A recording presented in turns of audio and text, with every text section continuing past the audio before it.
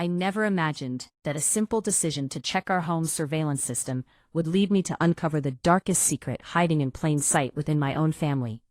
My name is Victoria, and this is my story of how I saved my niece from a nightmare that was unfolding right under our noses. But before I tell you what happened, I need you to understand how we got here, because sometimes the most dangerous predators are the ones who wear the kindest masks. It was a quiet Thursday morning in March when the security technician left my house.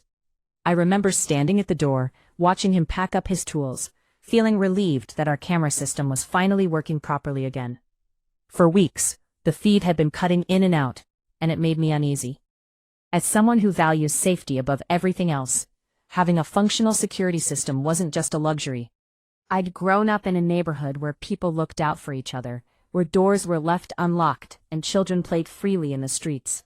But times had changed, and I'd learned the hard way that danger doesn't always come from strangers in dark alleys. "All done, Miss Victoria," the technician said with a friendly smile.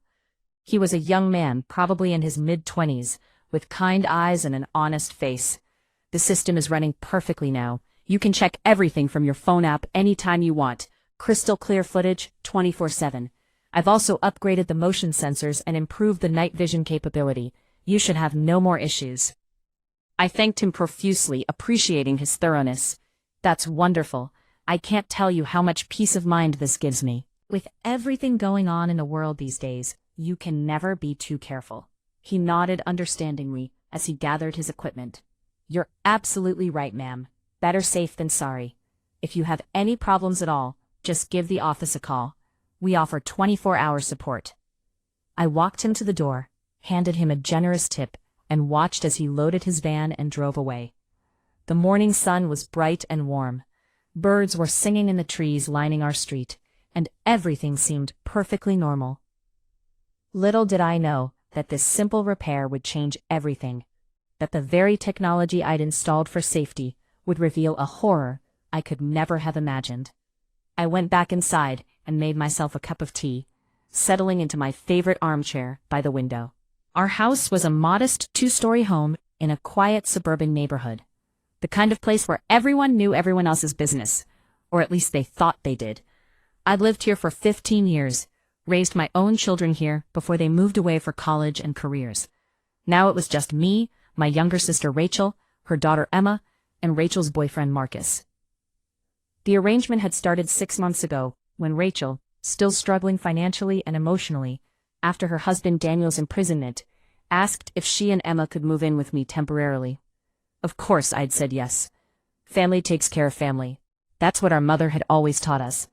That evening, as the sun began its descent toward the horizon, painting the sky in shades of orange and pink, I went to pick up my niece Emma from school. Emma is my younger sister Rachel's daughter, a sweet 9-year-old girl with curly brown hair that bounces when she walks, and the brightest green eyes you've ever seen, like emeralds catching the light. She used to be so full of life, always chattering about her day, her friends, her dreams.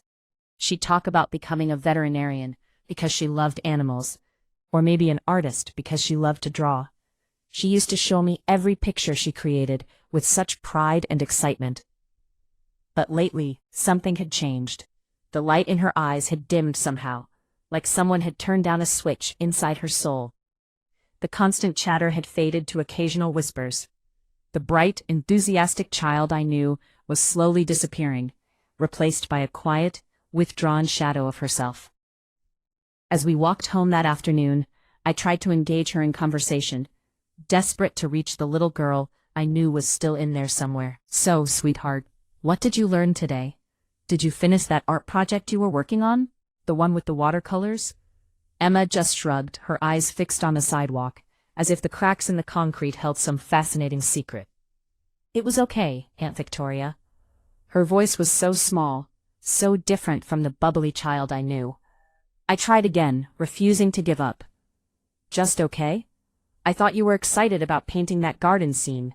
Did Mrs. Henderson like it?" "I guess so," Emma mumbled, still not looking up at me. I felt my heart squeeze painfully in my chest.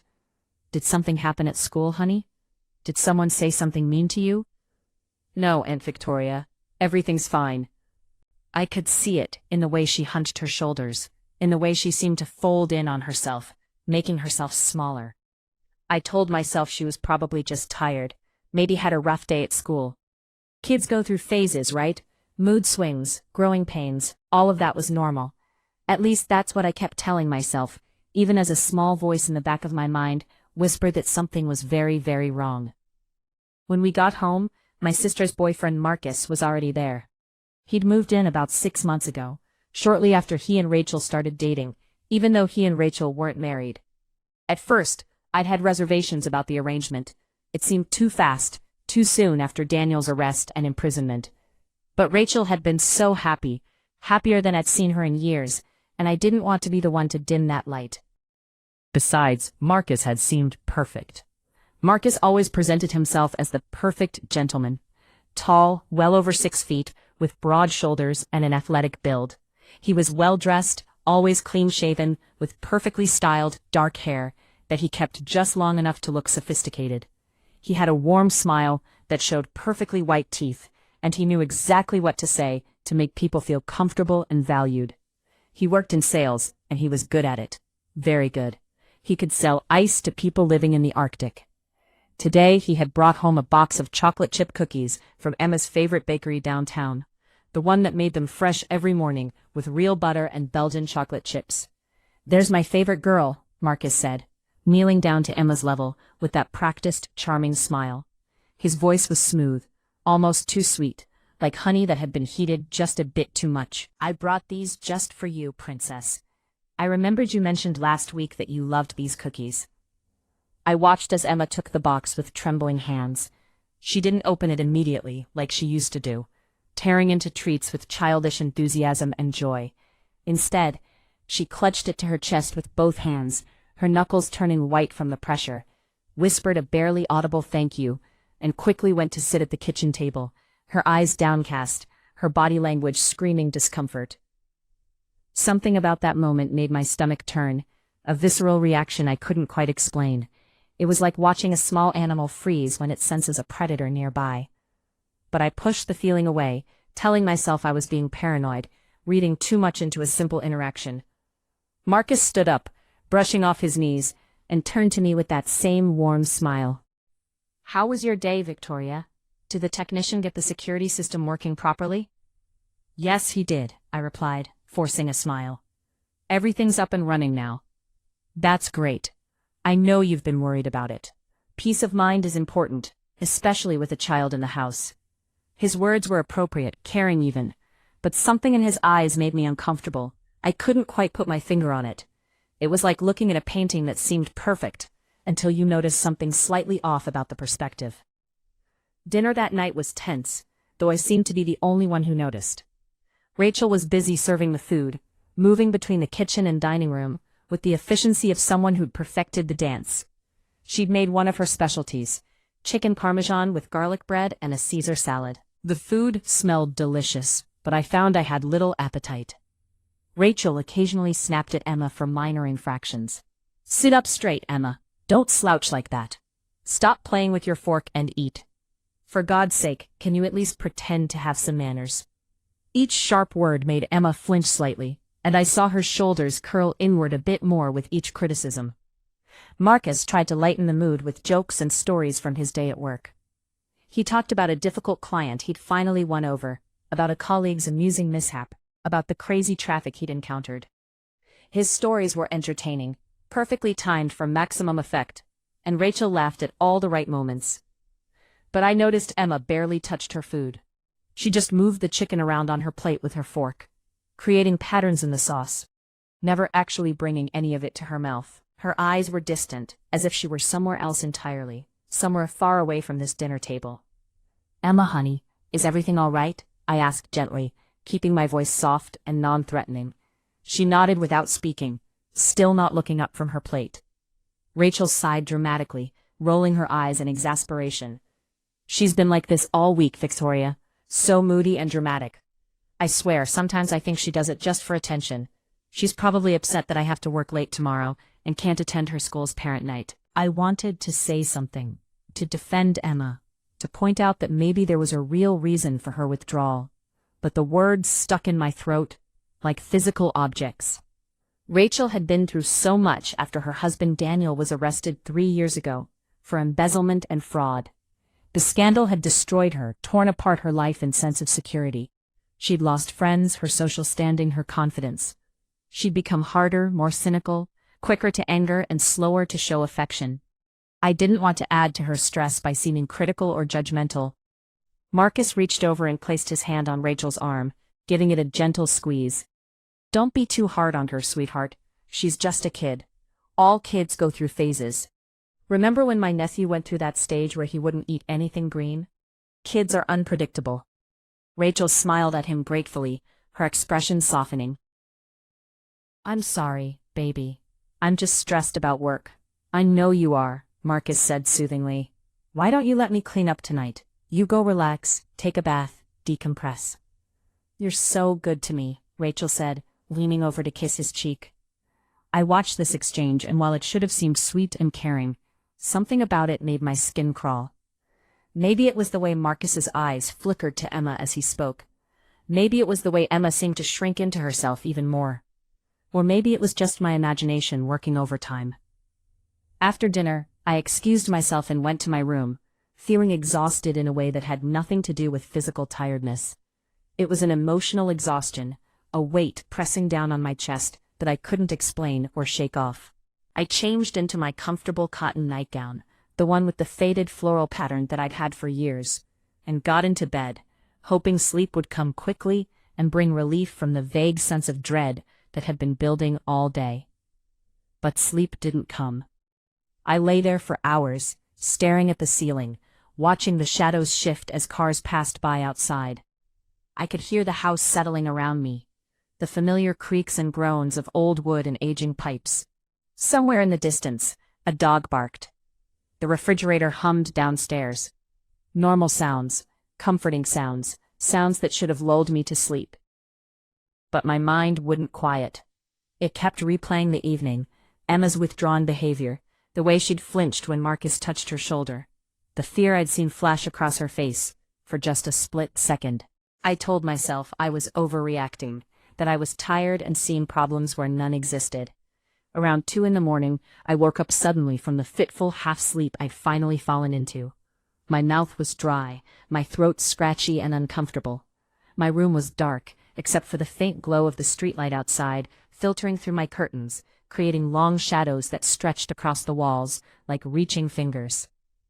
I reached for the glass of water on my nightstand, but my hand accidentally knocked into my phone instead, sending it sliding across the smooth wooden surface. I caught it before it fell to the floor, and as I held it, the screen lit up, bright in the darkness. Out of habit, more than conscious decision, I unlocked it. And then, almost without thinking, driven by some instinct I didn't quite understand, I opened the security camera app. Just to check.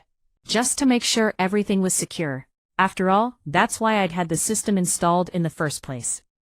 The screen showed our living room in the grainy night vision mode, the worn leather couch that Rachel and I had bought at an estate sale 5 years ago.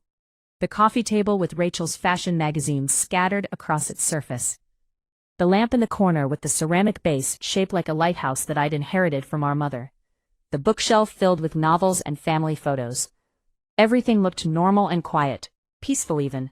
I was about to close the app and try to go back to sleep, when a shadow moved across the screen. My heart stopped, actually stopped for a moment before starting again with a painful, irregular rhythm. And he was leading Emma by the hand into the living room. I sat up in bed immediately, my hands starting to shake so badly I almost dropped the phone. What was Emma doing up at this hour? It was past 2 a.m. Why was Marcus with her? Where was Rachel? If you feel my words, show your support by liking the video and subscribing to the channel. And tell me from which city you belong, so I can see how far a woman's impactful voice can reach. Help me build this community so we can bring more truthful stories for you. On the screen, I watched as Marcus sat down on the couch and patted the seat next to him, with a casual gesture that somehow felt menacing. "Come sit with me, Emma," he said, his voice low, barely picked up by the camera's audio system. Emma stood frozen in the middle of the room, her small hands gripping the hem of her pink nightgown so tightly, I could see her knuckles, even through the grainy footage.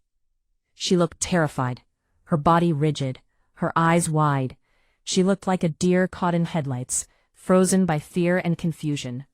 Slowly, so slowly it was painful to watch, she walked over and sat on the very edge of the couch, as far from Marcus as the piece of furniture would allow. Her posture was defensive, protective, her arms wrapped around herself. Marcus smiled, but it wasn't a kind smile. It wasn't the smile he showed the rest of us, the warm, charming expression that made everyone trust him instantly. This was something else, something predatory, something that made my blood run cold, even through a phone screen. He pulled out a comic book from somewhere, one of the popular superhero series that Emma usually loved, and handed it to her. As she took it with trembling fingers, he put his arm around her shoulders, pulling her closer to him. The gesture looked casual, affectionate even, like an uncle spending time with his niece. But I could see Emma's body language. She was stiff, uncomfortable, trying to make herself smaller. Emma tried to shift away, attempting to put distance between them without being obvious about it. But Marcus suddenly grabbed her arm and pulled her toward him roughly, with force that was completely unnecessary and clearly meant to intimidate. He leaned close to her ear and whispered something I couldn't hear, his lips nearly touching the side of her face. Emma's face went pale, all the color draining from it, like someone had pulled a plug. Her eyes widened with pure, undiluted terror. The kind of fear that children shouldn't know exists. I could see her whole body start to tremble. I felt like someone was squeezing my heart in their fist, crushing it slowly. My chest felt tight, constricted, like someone had wrapped bands around my ribcage and was pulling them tighter and tighter. I wanted to scream, to run out of my room, to burst into the living room and snatch Emma away from him, but I was frozen in shock, paralyzed by the horror of what I was witnessing.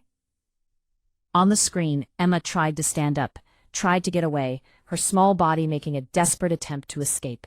But Marcus grabbed her wrist and yanked her back down into his lap with a violent pull that made her fall awkwardly. The force of it made Emma flinch, her entire body jerking from the impact. Her little shoulders started shaking, and I realized she was crying silently, tears streaming down her face. He said something else to her, his mouth moving, but his voice was too low for the camera's microphone to pick up clearly. Whatever he said made Emma go completely still, like she'd been turned to stone. Then, Marcus glanced toward the camera. My heart nearly exploded in my chest. For a terrifying moment, I thought he'd seen me watching, that he somehow knew I was on the other end of this digital connection. I held my breath, not moving, not blinking, barely existing. But after a moment, he looked away, his expression unchanged. He clearly didn't realize the camera was working, didn't know he was being recorded. That's when I suddenly remembered, with crystal clarity, I hadn't told anyone that the cameras had been fixed. Not Rachel, not Marcus, not even Emma. No one in the house knew the system was operational again, recording everything in high definition, storing it all in the cloud where it couldn't be erased or destroyed. I quickly turned off the phone with shaking fingers, clutching it to my chest as I tried to breathe. My breath was coming in short, rapid gasps, like I'd just run a marathon. A mix of fear, anger, disgust, and helplessness washed over me like a tsunami. A storm tearing through my mind and heart, destroying everything I thought I knew about my family and my home. Only one thought echoed in my head, repeating over and over like a terrible mantra. I have just witnessed something that no aunt in this world should ever have to see. The man I trusted, the man my sister loved, the man who lived in our home and ate at our table, was a monster. I lay back down, but even though I closed my eyes tightly, squeezing them shut until I saw spots, I couldn't sleep. I couldn't even rest.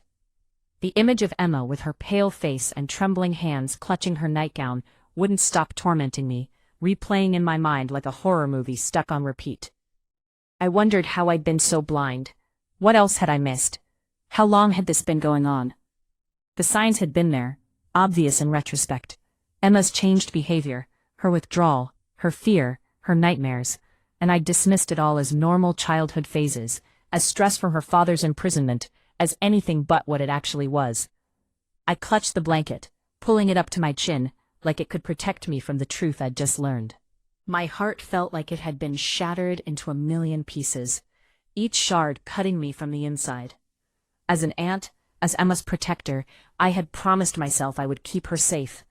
But now I felt powerless, inadequate, like I was facing a monster without knowing how to fight it. But even as I felt that helplessness, another feeling began to grow inside me. Rage. Pure, burning rage at what had been done to an innocent child under my own roof. And with that rage came determination. I would protect Emma. I would stop Marcus. Whatever it took, whatever I had to sacrifice, I would end this nightmare. The next morning, sunlight streamed through the kitchen windows in golden beams, illuminating the dust motes floating in the air. The light should have been beautiful, should have brought hope and warmth. But it did nothing to dispel the cold fear gripping my heart, the icy terror that had taken root in my chest during the night.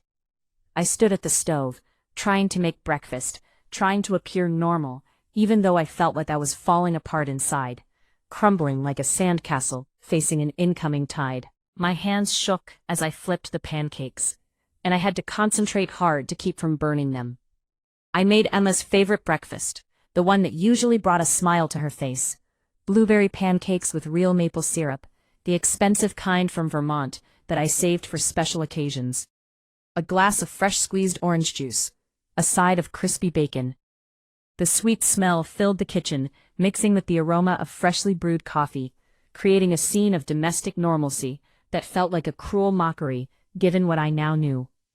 "Emma, sweetheart, breakfast is ready," I called out, trying desperately to keep my voice steady, to sound normal and cheerful when inside I was screaming.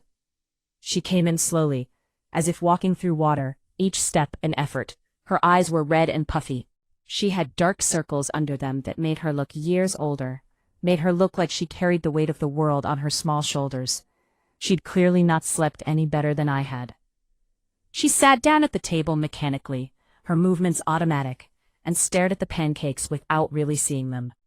"I made them just the way you like them, honey," I said softly, sitting down next to her, and resisting the urge to pull her into my arms and never let go. "With extra blueberries and that special syrup you love."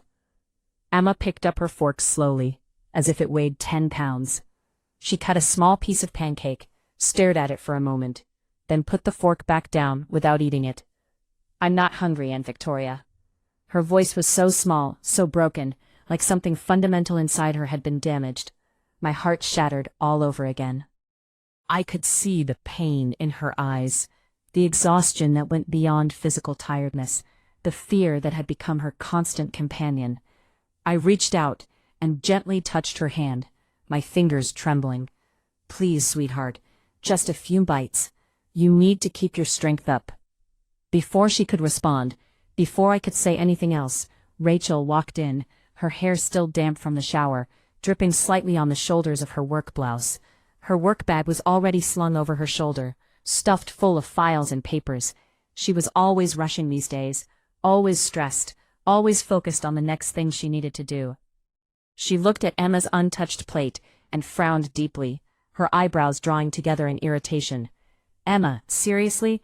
Victoria went through all the trouble of making you your favorite breakfast, and you're just going to sit there and waste it? What is wrong with you lately? Why do you have to be so difficult all the time?" I opened my mouth to say something, to defend Emma, to maybe, just maybe, tell Rachel what I'd seen. But before I could form the words, before I could find the courage, Marcus appeared in the doorway, like a dark shadow. He was wearing his usual work clothes, charcoal gray slacks, and a crisp white shirt, looking every inch the successful, respectable businessman. His hair was perfectly styled, his shoes polished to a shine. He was the picture of normalcy, of trustworthiness. But now, after what I'd seen, he looked like a monster wearing a human mask. Hey, don't be hard on her, Rachel," Marcus said smoothly, walking over to the table with that easy confidence that made everyone trust him. "She's just a kid. They have their moods. Let me talk to her." No, I wanted to scream, "Don't touch her, get away from her." But my voice was frozen in my throat. He placed his hand on Emma's shoulder, the gesture appearing gentle and paternal to anyone who didn't know better. I saw it clearly this time, now that I knew what to look for. Emma's entire body went rigid like she'd been electrocuted. Every muscle tensed simultaneously.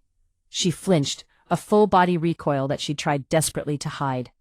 Her hands gripped the edge of the table so hard, her knuckles turned white, her fingers digging into the wood like she was trying to anchor herself, or maybe like she was trying to keep herself from running away. I looked at Rachel desperately, silently begging her to notice, to see what was right in front of her face. "Please, Rachel," I prayed internally.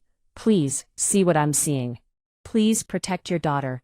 But Rachel just rolled her eyes dismissively, grabbed her coffee mug from the counter and continued getting ready for work, checking her phone, adjusting her bag. She didn't see it. Or maybe, and this thought was even more terrifying, she didn't want to see it. Maybe it was easier to believe everything was fine, to trust the man who'd brought stability back into her chaotic life. Marcus leaned down close to Emma, his face inches from hers. "Come on, princess, eat a little for me, okay? You'll feel better with some food in your stomach." Emma nodded stiffly, robotically, and forced herself to take a few bites. She chewed mechanically, each swallow looking like it took enormous effort, like she was choking down the food, rather than eating it. Her movements were those of someone following commands, not those of a child enjoying a meal. Then she grabbed her backpack in a swift movement, clutching it to her chest like a shield, and rushed out the door without another word, without looking at any of us. I watched her go, watched that little back retreating, hunched over as if trying to make herself invisible. And I felt my heart break into even smaller pieces. Each fragment felt sharp, cutting me from the inside. I knew something terrible was happening. I knew who was responsible.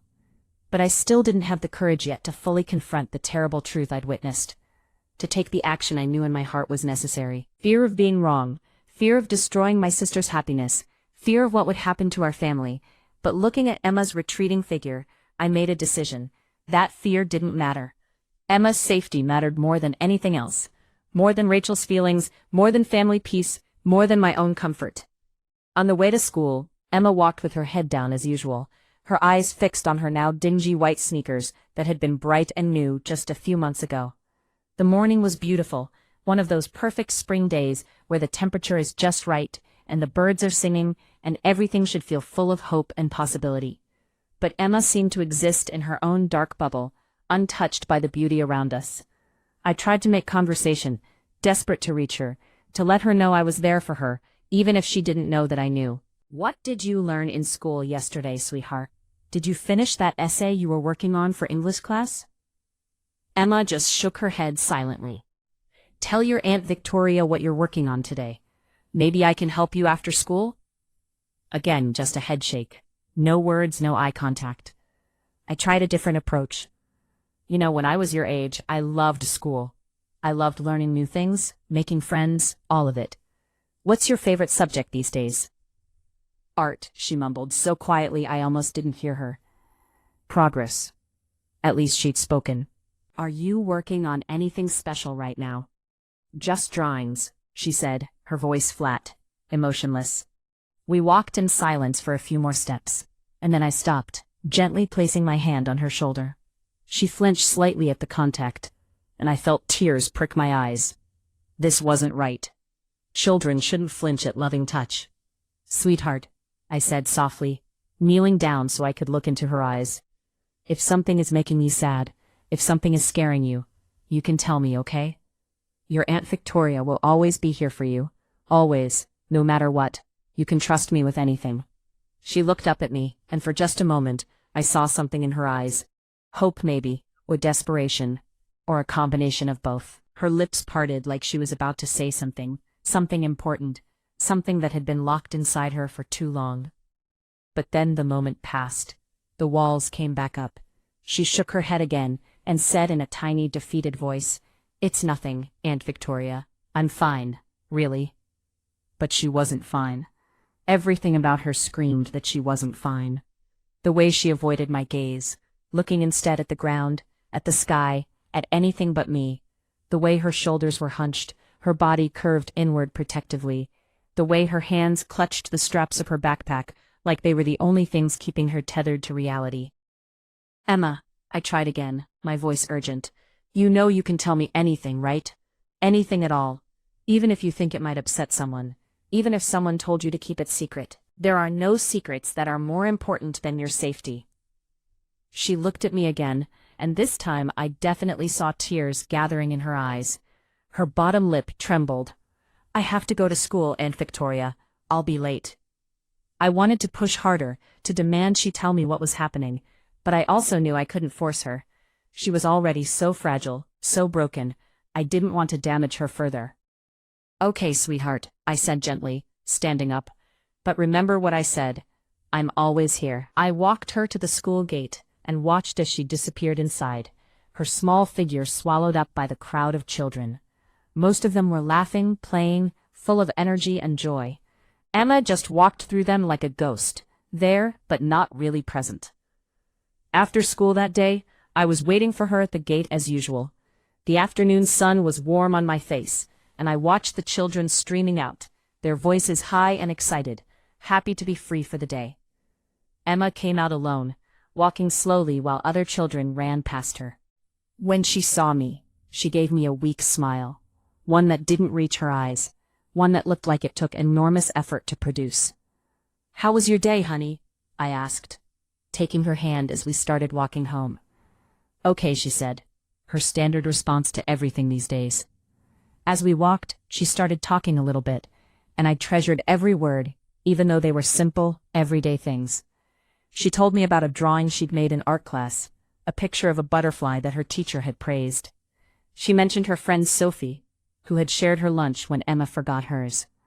Small things, normal things, glimpses of the life Emma should be living all the time. I listened carefully, holding on to these moments of relative normalcy, trying to encourage her to keep talking. "A butterfly? What colors did you use?" "Blue and purple mostly," Emma said, and for just a second there was a tiny spark of enthusiasm in her voice, with some yellow on the wings. "That sounds gorgeous. Can I see it when we get home?" "I left it at school," she said, and the spark died as quickly as it had appeared. As we approached our house, I felt Emma's hand tighten in mine. Her steps slowed, became heavier, like she was walking toward an execution rather than home. We opened the front door, and immediately I saw why Emma had tensed up. Marcus's silhouette was visible in the living room, sitting on the sofa, the light from the window behind him making him look like a dark shadow, a void in the shape of a man. Emma's steps came to a dead stop. She froze completely, like someone had hit a pause button. She clutched the straps of her backpack so tightly her knuckles went white, and her gaze became distant, unfocused, like she was trying to transport herself mentally to anywhere but here. Marcus looked up from his phone and smiled, that same charming smile he always wore. But now I could see it for what it was, a mask, a tool of manipulation. "Is the princess home already? Come here, Emma. Look, I brought you a treat today." He held out a chocolate bar, the expensive imported kind from Switzerland that Emma used to love, the kind that came in the dark purple wrapper with gold lettering. Emma didn't squeal with delight like she would have months ago. She didn't run over excitedly. Instead, she said quietly, her voice barely above a whisper, "I don't like chocolate anymore." And then she turned and ran straight to her room, her feet pounding up the stairs. The sound of her door slamming shut echoed through the house like a gunshot, final and violent. The sound hit me like a knife to the heart. This wasn't normal childhood mood swings. This was terror. This was a child desperately trying to protect herself the only way she knew how, by avoiding, by hiding, by making herself as small and unnoticeable as possible. Marcus shrugged casually, laughing dismissively as if Emma's behavior was amusing rather than concerning. "I guess she's hitting her teenage years early or something. What an attitude that kid has sometimes." He said it jokingly, his tone light and unconcerned, but when his eyes met mine, they were cold, not warm, not amused, but calculating, assessing, like he was trying to figure out how much I knew, what I'd seen, whether I was a threat. I didn't answer him, didn't trust myself to speak without my voice betraying my knowledge and my rage. I just went silently to the kitchen, my movements mechanical, but inside, a storm was building. A hurricane of fury and determination and absolute certainty. I wasn't going to let this continue. I wasn't going to stand by and let Emma suffer. Whatever it took, whatever I had to do, whoever I had to confront, I was going to end this nightmare. That night, as I lay in bed unable to sleep, I made plans. I thought about who I could call, what evidence I had, how to protect Emma. and I knew that tomorrow everything was going to change. The following days were some of the most difficult of my life. I started paying closer attention to every little detail, every interaction. Watching Emma and Marcus with eyes that now saw the truth, instead of the comfortable lie I'd been telling myself. That evening after dinner, I went into Emma's room to collect the dirty laundry, trying to maintain the appearance of normalcy, while my mind raced with terrible thoughts and desperate plans. The room was dark, all the lights off, even though the sun had just set, and there was still some twilight remaining. I found Emma, sitting in the corner by her closet, hugging her knees to her chest, in complete darkness. She was hugging her old teddy bear tightly, the worn brown one with the missing button eye that she'd had since she was a toddler, the one her father Michael had given her before he was taken away. The sight of her like this, curled up and hiding in the dark, made my heart physically ache. I approached her carefully, quietly, not wanting to startle her. "What's wrong, sweetheart? Why don't you turn on the light? It's getting dark in here." Emma looked up, her eyes reflecting the faint light from the hallway, and I could see they were red and puffy from crying. But she quickly shook her head, trying to hide it. "It's nothing, Grandma Victoria. I'm fine." "You're not fine, honey," I said gently. "You're sitting in the dark, crying. That's not fine." As I spoke, I noticed her pull down the sleeve of her pajamas quickly, covering her wrist. The movement was furtive, secretive, and it set off alarm bells in my head. "Emma," I said carefully, sitting down beside her on the floor. "Can I see your arm, sweetheart?" "No," she said quickly, too quickly, pulling away from me. "It's nothing, I just bumped it." A bad feeling washed over me, a cold wave of dread. But I didn't dare to look closer at that moment, afraid of what I would find, afraid I couldn't handle the confirmation of what I suspected. I was a coward in that moment, and I've had to live with that knowledge. Instead, I sat next to her, placed my hand gently on her head, and stroked her soft hair, trying to offer what comfort I could. "You know how much your Aunt Victoria loves you, right? More than anything in the world. You're the most precious thing in my life." She nodded slightly, her head moving against my hand. "If something scares you, if someone is hurting you, you need to tell me. I'll protect you, Emma.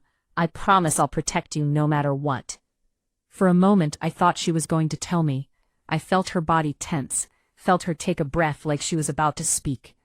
But then she just nodded again and said nothing.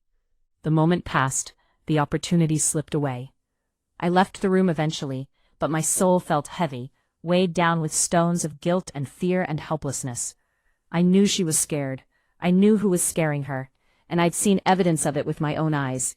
But I still felt paralyzed, unsure of how to proceed, afraid of making things worse. I started paying more attention to the sounds of the house at night, listening for movement, for voices, for anything that would tell me what was happening when everyone else was supposed to be asleep. Emma wasn't sleeping well. Through the thin walls, I could hear her wake up startled multiple times each night. Once around 3 a.m, I heard whimpering from her room, a sound so pitiful it made tears stream down my face as I lay in my own bed. "No, no, please," her voice came through the wall, trembling with fear. "Please don't. I don't want to." She was begging in the middle of a nightmare, pleading with the monster who'd invaded her life and stolen her childhood. I couldn't stand it anymore. I jumped out of bed and ran to her room, not caring if I woke anyone else, not caring about anything except getting to Emma. I burst through her door and turned on the light. Emma was curled up in a ball on her bed, drenched in sweat, her sheets tangled around her like she'd been fighting them. Her face was contorted with fear even in sleep, tears streaming down her cheeks. "Emma, sweetheart, wake up," I said urgently but gently, sitting on her bed and touching her shoulder carefully. "You're having a nightmare. Wake up, honey." Her eyes flew open, wild and unfocused, and for a moment she seemed not to recognize me. Then reality seemed to crash back in, and she let out a sob and threw herself into my arms. I hugged her tightly, rocking her back and forth like she was a baby again. "It's okay, sweetheart. It's okay. Aunt Victoria is here. You're safe. It was just a bad dream." But it wasn't just a bad dream, and we both knew it. It was her reality bleeding into her sleep, giving her no escape, no relief, not even in unconsciousness. "Grandma's here," I whispered, using the name she sometimes called me, the name that felt more accurate given our relationship and the role I played in her life. I've got you. You're safe. But she wasn't safe, and that's what broke me. She wasn't safe in her own home, in her own bed with her own family. The place that should have been her sanctuary had become her prison. Lily just hugged me back without saying a word, her little body trembling in my arms like a leaf in a storm. I held her until the shaking stopped, until her breathing evened out, until she finally fell back into an exhausted sleep. I stayed there for a long time, watching her sleep, seeing the tracks of dried tears on her cheeks, seeing the dark circles under her eyes. This beautiful, innocent child had been turned into a frightened shadow by a monster who smiled and charmed and made everyone believe he was a good man. And in that moment, holding my sleeping niece, I made a vow. Whatever it took, whatever it cost me, whoever I had to fight, I was going to end this. Tomorrow, I would take the first real step toward saving her. Every time Marcus got close to Emma after that, I watched with new eyes, eyes that saw the truth instead of the comfortable fiction. And what I saw made me sick to my stomach. When he brought her a glass of juice at dinner, she would just hold it without drinking, her hands trembling slightly, as if the glass were filled with poison instead of apple juice. When he patted her on the shoulder in passing, she would flinch like the touch burned her, her whole body recoiling, even as she tried to hide the reaction. But in front of everyone else, Marcus was always the perfect boyfriend, the perfect almost stepfather. He helped me carry grocery bags in from the car, complimenting my choice of vegetables and asking if I needed anything else from the store. He fixed the broken pipe under the kitchen sink, refusing to let me call a plumber and saving us money. He bought Emma new notebooks for school with her favorite cartoon characters on the covers, presenting them with a flourish that made Rachel beam with pride. Rachel looked at him with such admiration, such love, such gratitude. "You're so good to us," she'd say, kissing his cheek. "I don't know what we'd do without you." "I'm just happy I can help," he'd reply with that warm smile. "You all mean the world to me. This is my family now." The neighbors loved him. Mrs. Chen from next door was constantly singing his praises. "That Marcus is such a nice young man," she'd tell me over the fence. "You're lucky to have him around."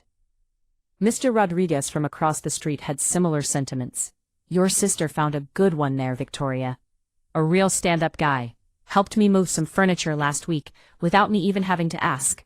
The whole neighborhood had been charmed by him, had fallen for the carefully constructed persona he presented to the world. He was the perfect neighbor, the perfect boyfriend, the perfect gentleman. But I could see behind the mask now. I saw how he looked at Emma when he thought no one was watching. A look that made my blood run cold. It wasn't the look of a caring stepfather figure. It was something else, something dark and predatory, something that no child should ever be subjected to. I saw how he maneuvered situations to get Emma alone, suggesting that Rachel run errands while he kept an eye on Emma, volunteering to help her with homework, offering to drive her to activities.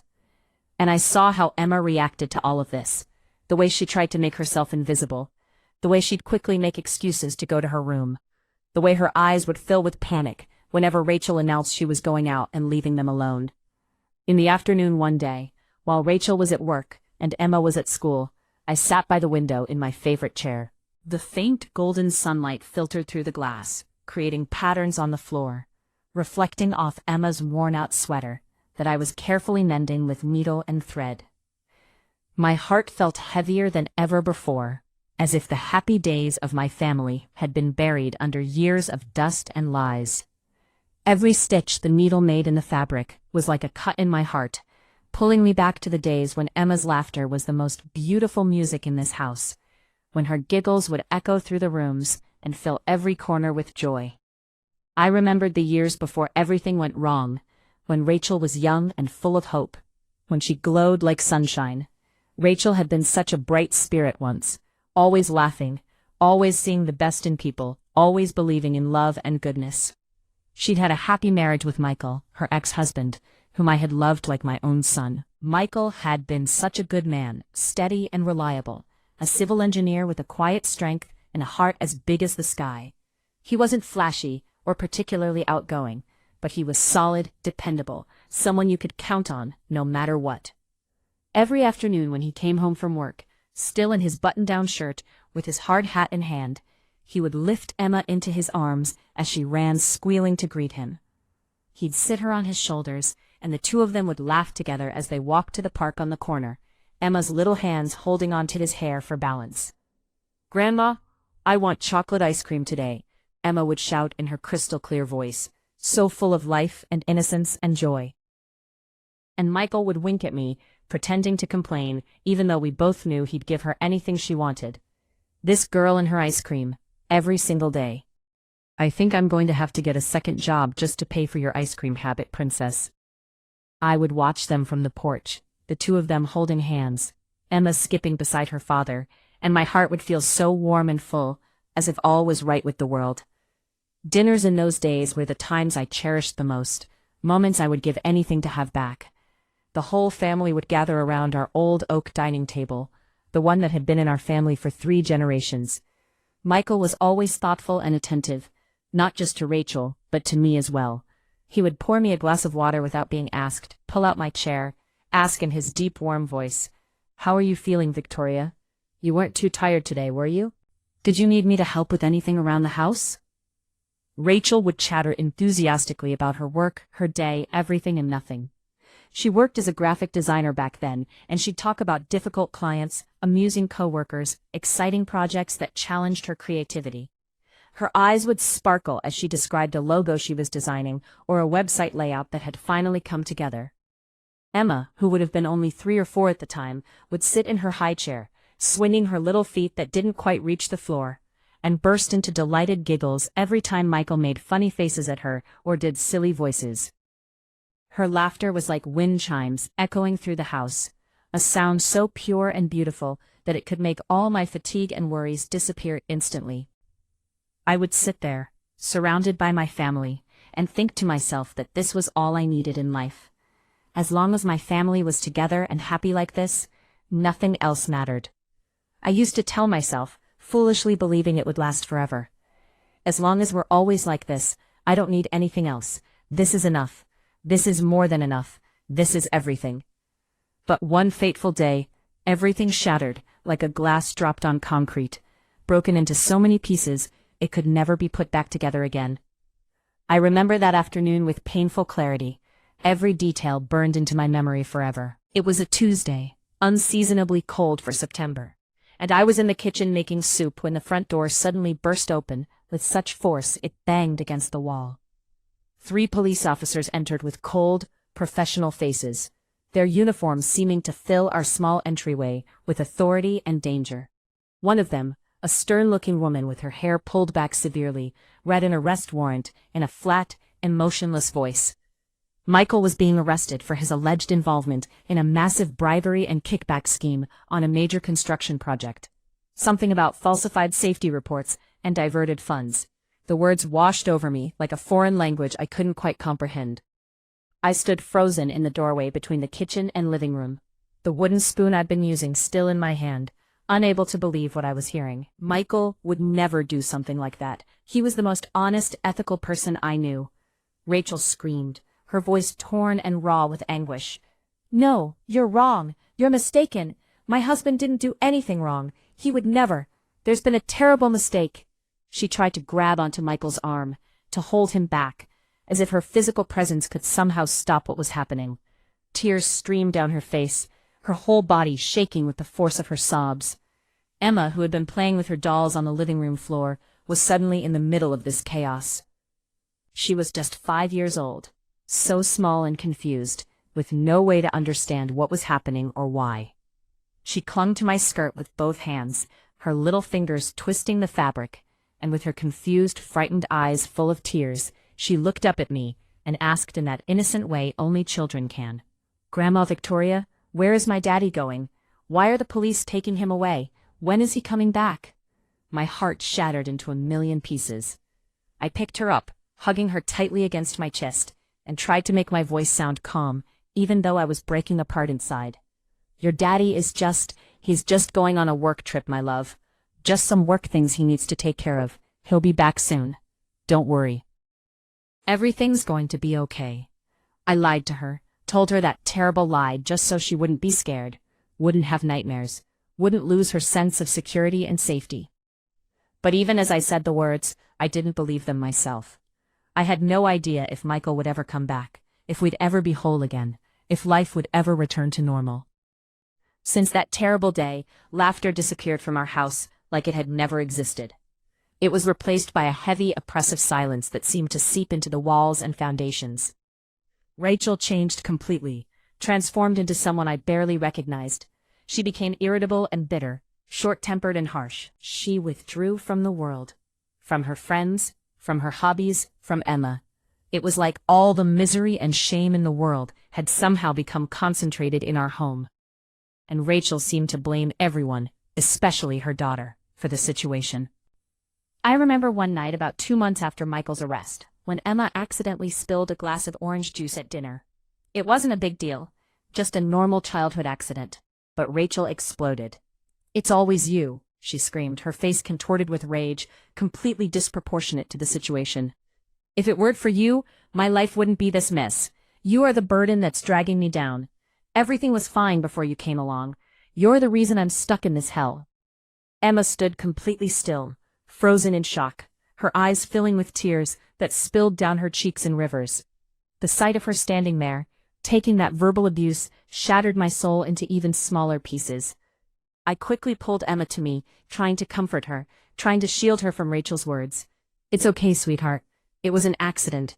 Don't cry. Aunt Victoria is here." But Rachel's words had already landed like arrows, piercing Emma's heart, creating wounds that would never fully heal.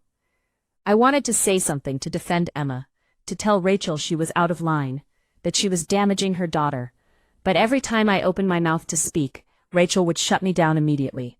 "Stay out of it, Mom," she'd snap. "You don't understand anything. You don't know what I'm going through. I don't need your judgment on top of everything else." I felt so helpless, so useless. I could only hug my granddaughter and whisper to her when Rachel wasn't listening. "I'm here, baby. Don't be afraid. Aunt Victoria will always be here for you." Time passed, measured in days and weeks and months that all blurred together. Rachel withdrew more and more into herself, becoming a shadow of the woman she'd been.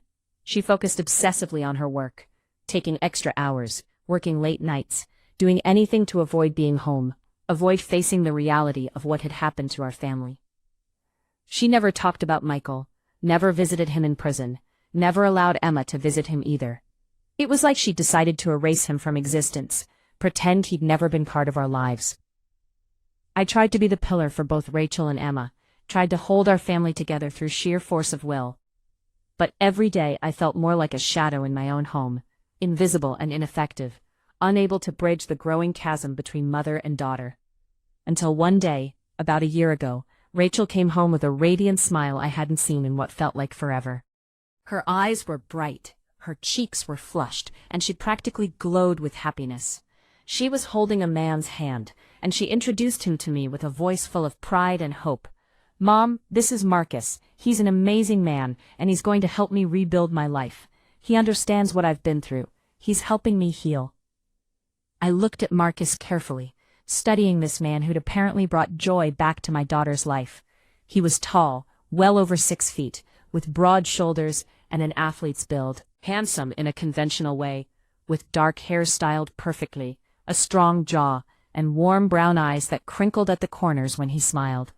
He called me Miss Victoria in a respectful voice that seemed genuine, and he brought with him a beautifully arranged gift basket of expensive fruit, premium chocolates, and imported teas. I smiled back, wanting to be welcoming, hoping desperately that this was genuine, that this man could somehow help Rachel find happiness again. "It's nice to meet you, Marcus. Any friend of Rachel's is welcome here." "I've heard so much about you," Marcus said with that charming smile. "Rachel talks about you all the time, and little Emma. I'm looking forward to getting to know both of you." At the time, his words seemed kind, appropriate, normal. I thought maybe this was finally the ray of hope our family needed, the light at the end of a very long, dark tunnel. Soon after that initial meeting, Rachel let Marcus move into the house, even though there was no engagement, no wedding planned, nothing official. It happened quickly, maybe too quickly, but I didn't object. I didn't want to be the bitter older woman raining on Rachel's parade. I just hoped desperately that Rachel would find happiness after so many years of suffering. And at first, Marcus did seem like the perfect man, almost too perfect in retrospect.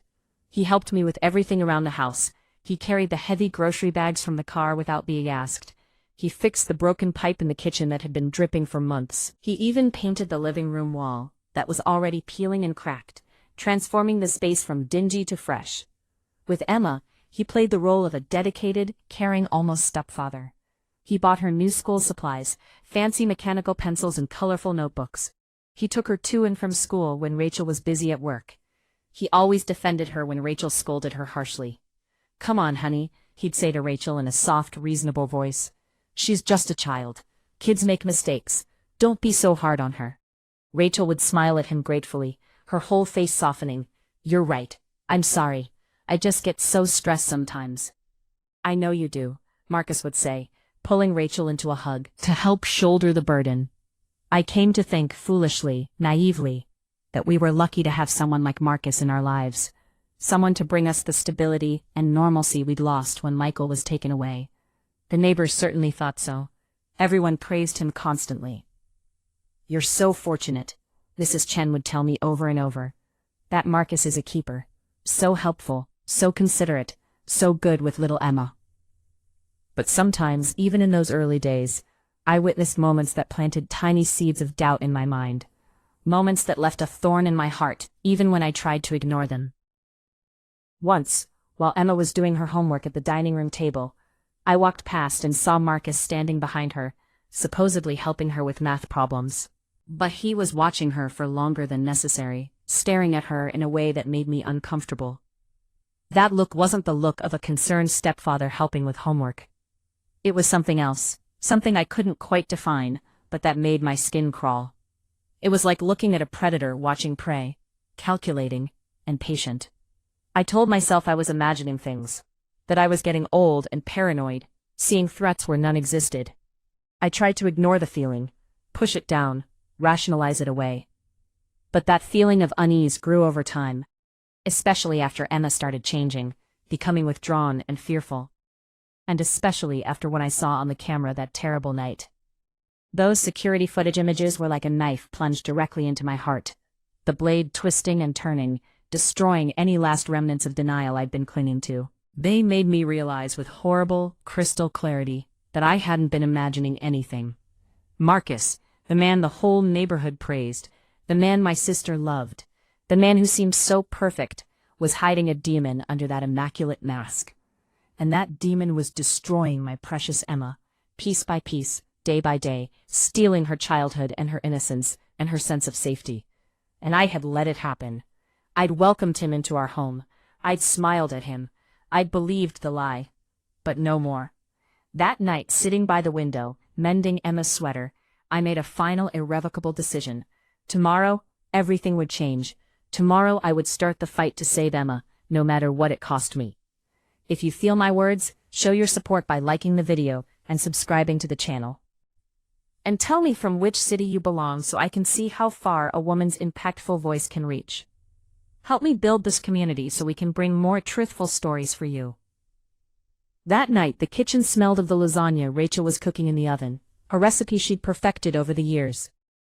The sound of her moving between counter and stove, the clink of dishes and silverware being set out, should have been comforting, domestic, normal. But instead it felt like the calm before a terrible storm. My heart was pounding so hard I could feel it in my throat.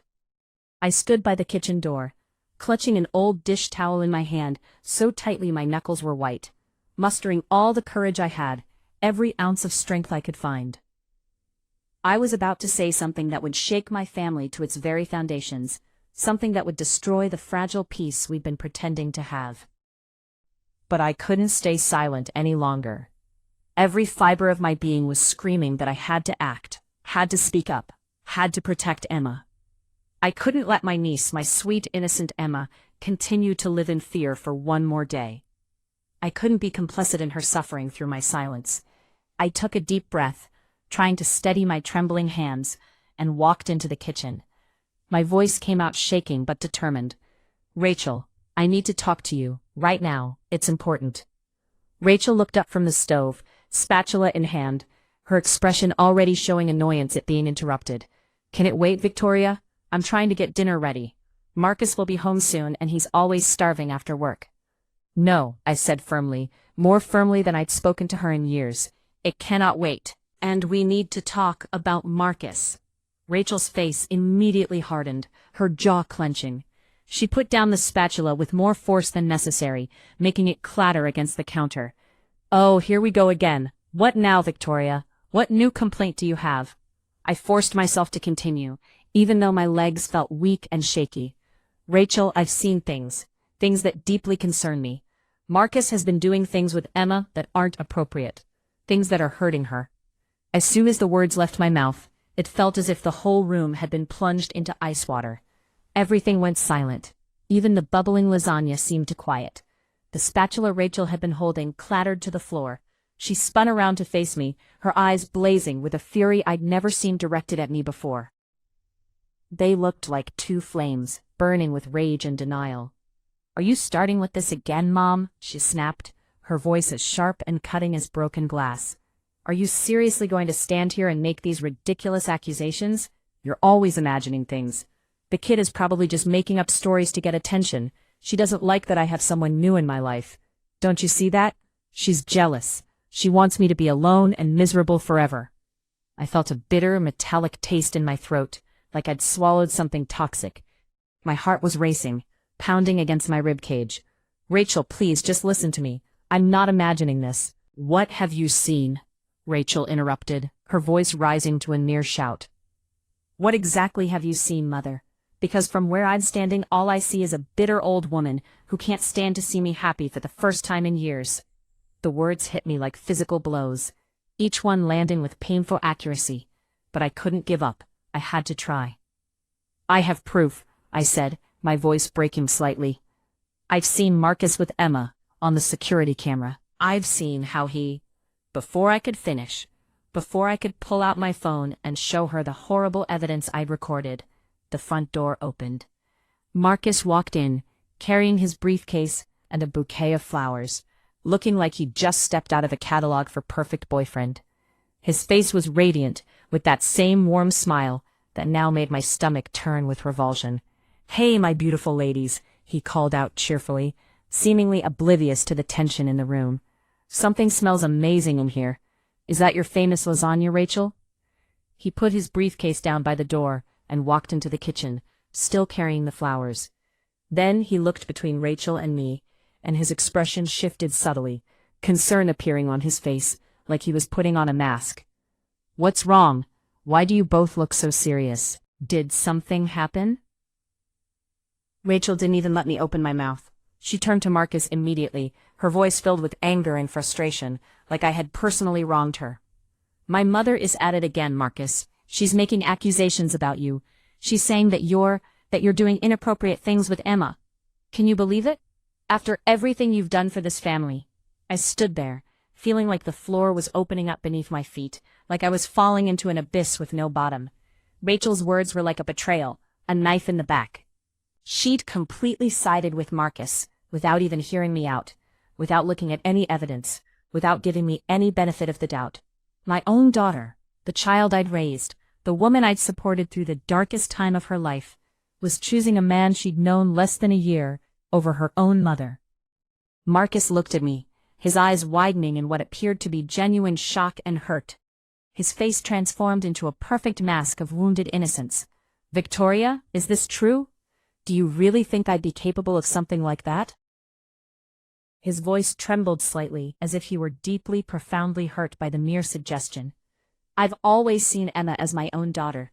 I love that little girl. I've tried so hard to be good to her, to this whole family. I've done everything I can to help you all after everything you've been through."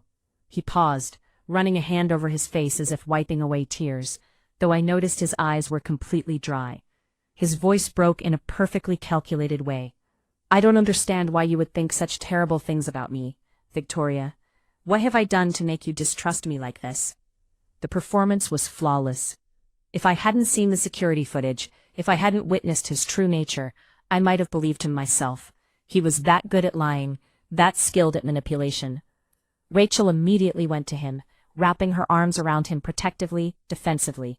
She comforted him like he was the victim here, like he was the one who needed protection. "Don't pay any attention to her, baby. My mom's getting old, she imagines things, her mind isn't what it used to be. She sees problems that don't exist."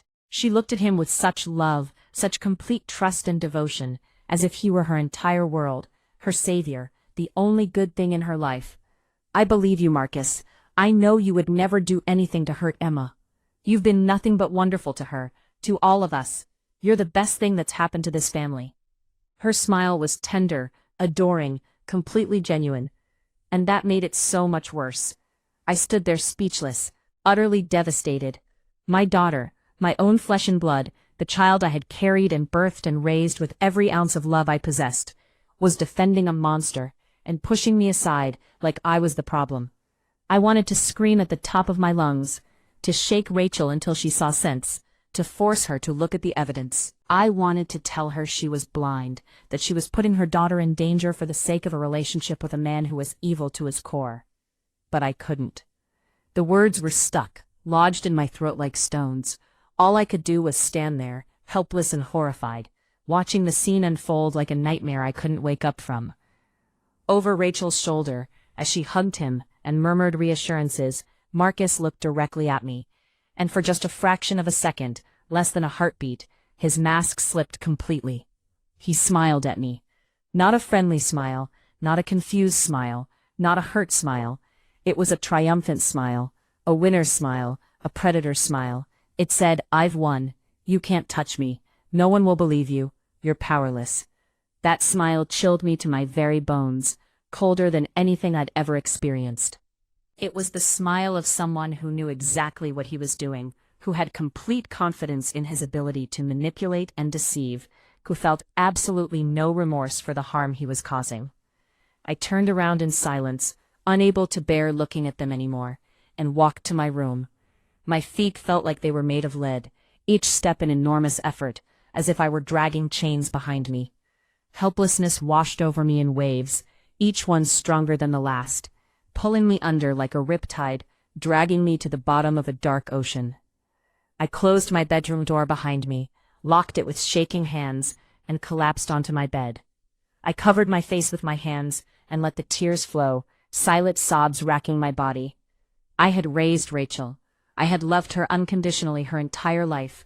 I had sacrificed so much for her happiness and well-being, and now she saw me as an enemy, a paranoid old woman trying to ruin her newfound happiness.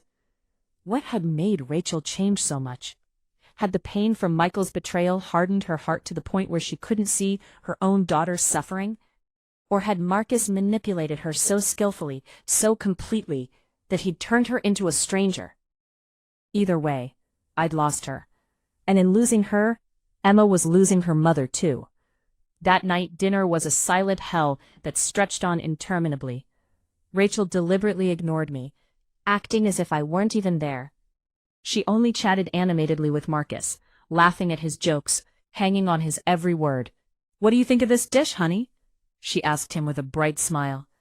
I added a little extra oregano this time. A coworker at the office gave me the tip. Marcus nodded enthusiastically, praising her like she'd created a culinary masterpiece. "It's absolutely delicious, sweetheart. You're an amazing cook. Best lasagna I've ever had, hands down." He turned to me with that fake, sickening smile. "Don't you think so, Victoria? This lasagna is incredible, isn't it?" I just nodded stiffly, not trusting myself to speak. If I opened my mouth, I didn't know what would come out. Accusations, screams, maybe just incoherent sounds of rage and despair. Emma sat next to me at the table, rigid as a statue, barely moving except to mechanically lift her fork to her mouth. She was eating with her head down, not daring to look at anyone, her gaze fixed on her plate like it contained the secrets of the universe. Her little hands clung to her utensils like they were lifelines, her knuckles white from the pressure. She was trying so hard to be invisible, to not draw any attention to herself. After dinner, as we were clearing the table in uncomfortable silence, Marcus suddenly pulled a bouquet of red roses from his bag, like a magician performing a trick. He presented them to Rachel with an exaggerated flourish and a syrupy voice that made me want to vomit. These are for you, beautiful, because you make every day brighter just by existing. You deserve flowers every single day for putting up with me." Rachel's face lit up like a Christmas tree. She beamed at him, her eyes shining with unshed tears of happiness. "They're beautiful. You're so thoughtful. How did I get so lucky?" She threw her arms around him, hugging him tightly, and looked over his shoulder at me, with an expression that was part defiance, part reproach. "See, Mom? See how wonderful Marcus is. How could you possibly think terrible things about such a good man?" I didn't respond. I couldn't. I just silently got up and began clearing the plates, stacking them with more force than necessary, the clatter of dishes punctuating the awkward silence. Meanwhile, Emma got up from the table without a sound, without a word to anyone, and slipped away to her room like a ghost. The soft click of her door closing was barely audible, but it felt final, like something important had just ended. I wanted to go after her, to comfort her, but I knew Marcus and Rachel were watching. I didn't want to draw more attention to Emma, didn't want to give Marcus any reason to focus on her. Instead, I went to my own room, my heart shattered into what felt like millions of tiny, sharp pieces, each one cutting me from the inside. I lay in bed that night, staring up the ceiling, and I made a plan. I couldn't get through to Rachel. That much was clear. She was too far gone, too invested in her relationship with Marcus, too desperate for happiness to see the truth right in front of her face. But I didn't need Rachel's permission or cooperation to save Emma. I would do this alone if I had to. Tomorrow, I would reach out for help. I would find people who would believe me, who would take action to protect an innocent child. Tomorrow, I would call Emma's school. I would speak to her teacher, see if she'd noticed anything. I would contact Child Protective Services if necessary. I would go to the police with my evidence. I would do whatever it took, burn whatever bridges needed burning, sacrifice whatever relationships needed sacrificing.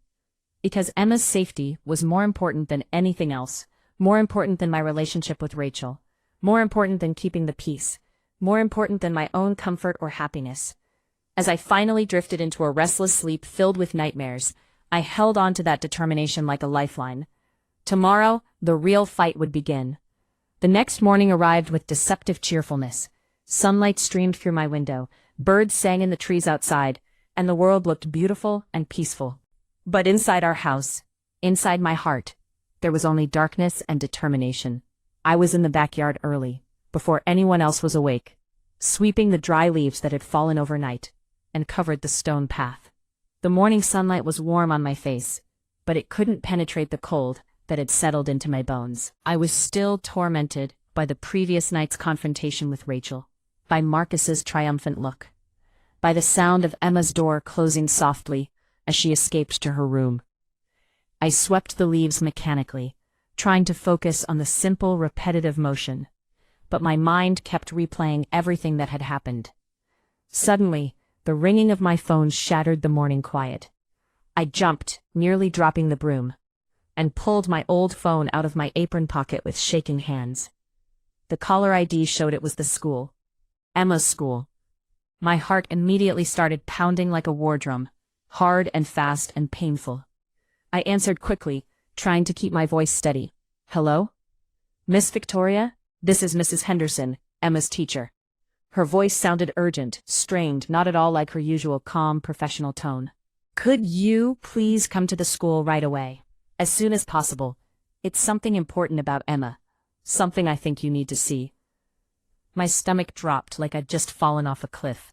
"Of course, I'll be there right away. Is Emma okay? What happened?" "I'd rather discuss it in person," Mrs. Henderson said carefully. "How soon can you get here?" "Give me 15 minutes, I said, already untying my apron and heading for the house. I didn't bother changing out of my simple house dress. I just grabbed my purse, locked the door with fumbling fingers, and hurried out onto the street. The whole way to the school, my mind raced with terrible possibilities. Had something happened to Emma? Had Marcus done something at drop-off? Had Emma finally broken down and told someone what was happening? When I arrived at the school, Mrs. Henderson was already waiting for me at the front entrance. She was a woman in her late 40s with kind eyes and graying hair pulled back in a neat bun. She'd been teaching for over 20 years, and I'd always trusted her judgment and her genuine care for her students. But today, her face showed clear concern and tension. The worry lines around her eyes were deeper than usual, and she looked like she hadn't slept well. She didn't say much, just gestured for me to follow her. "Thank you for coming so quickly, Miss Victoria. This way, please." She led me through the quiet hallways to an empty classroom at the end of the building, far from the noise and activity of the other students.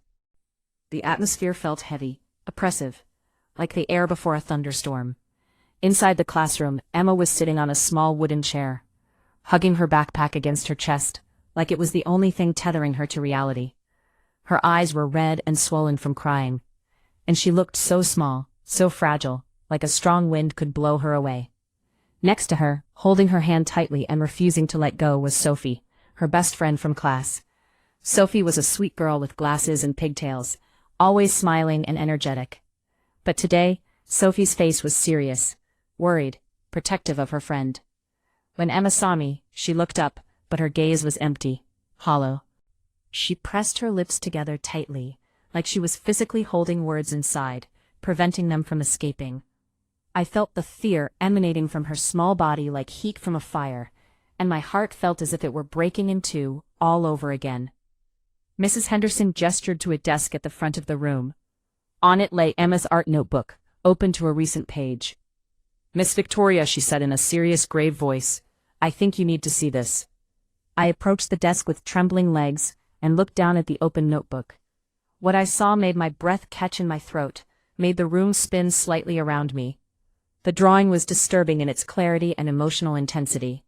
It showed a tall, deformed figure, almost demonic, with glowing red eyes that seemed to burn off the page. The figure had long arms that reached out like tentacles or branches, trapping a tiny girl in a dark corner. The little girl in the drawing was huddled against the wall, her hands wrapped around herself protectively, her mouth open in what was clearly a silent scream. Her eyes were huge and round, filled with terror that no child should ever have to experience, or even imagine. The strokes were rough and aggressive, done with such force that the crayon had nearly torn through the paper in places. The colors were all dark, blacks, deep purples, blood reds, creating an atmosphere of overwhelming dread and hopelessness. With shaking hands, I turned to the next page, then the next, then the next. They were all similar, variations on the same horrible theme. The monster with burning eyes, the small girl trying to hide, to escape, to disappear. Darkness covering every inch of the pages like a suffocating blanket.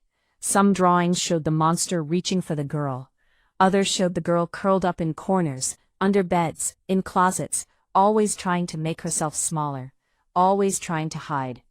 One particularly disturbing image showed the girl with her mouth covered by the monster's hand, silencing her screams. I looked up at Mrs. Henderson, tears already streaming down my face, my voice shaking so badly I could barely form words. What is all of this? When did she draw these?"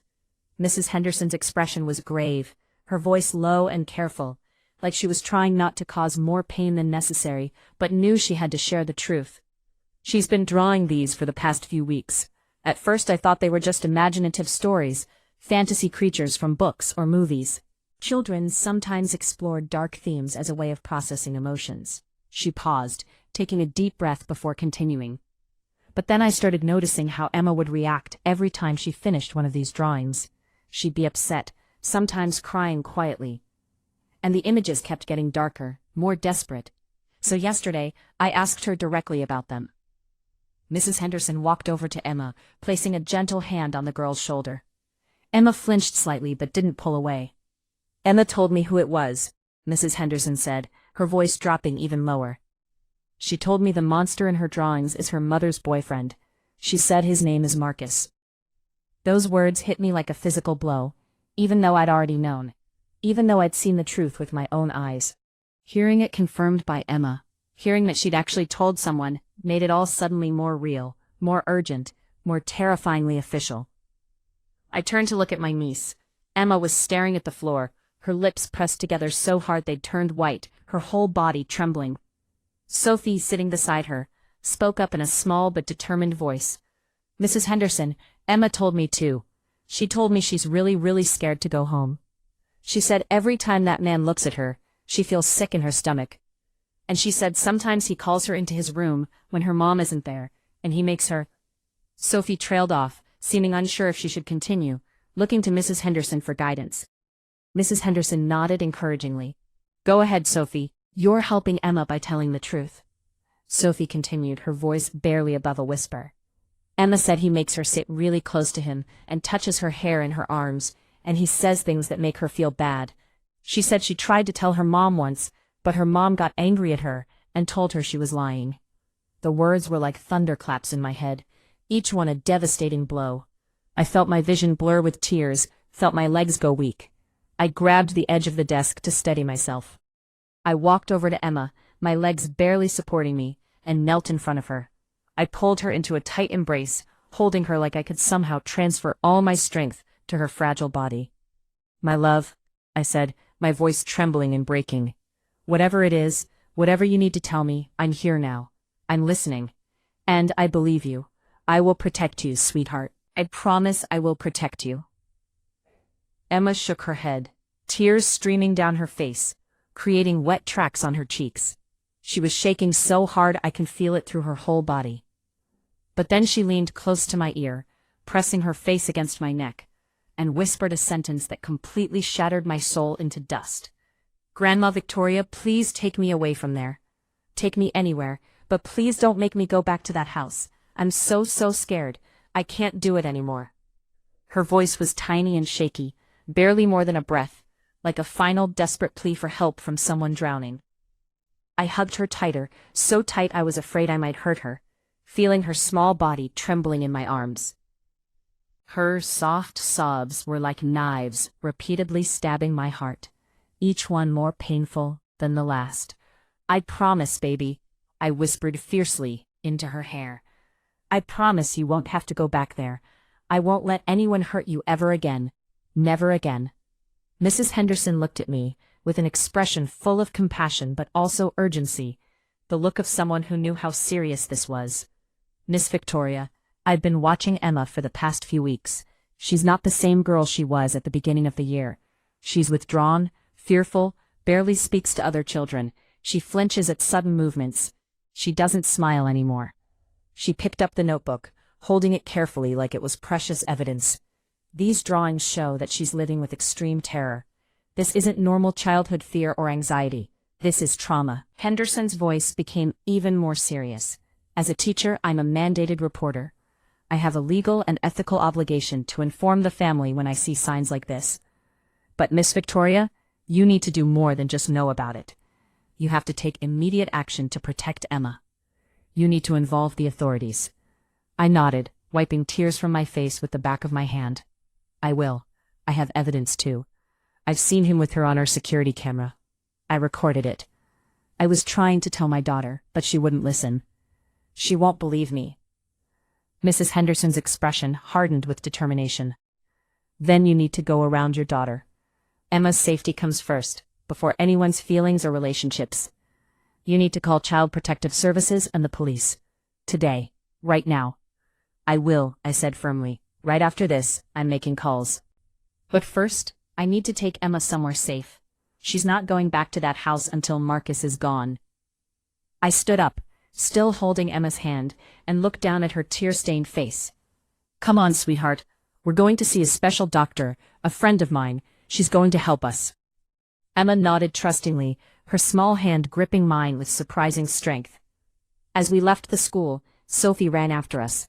Emma, she called. Everything's going to be okay. You're brave. I'll see you soon.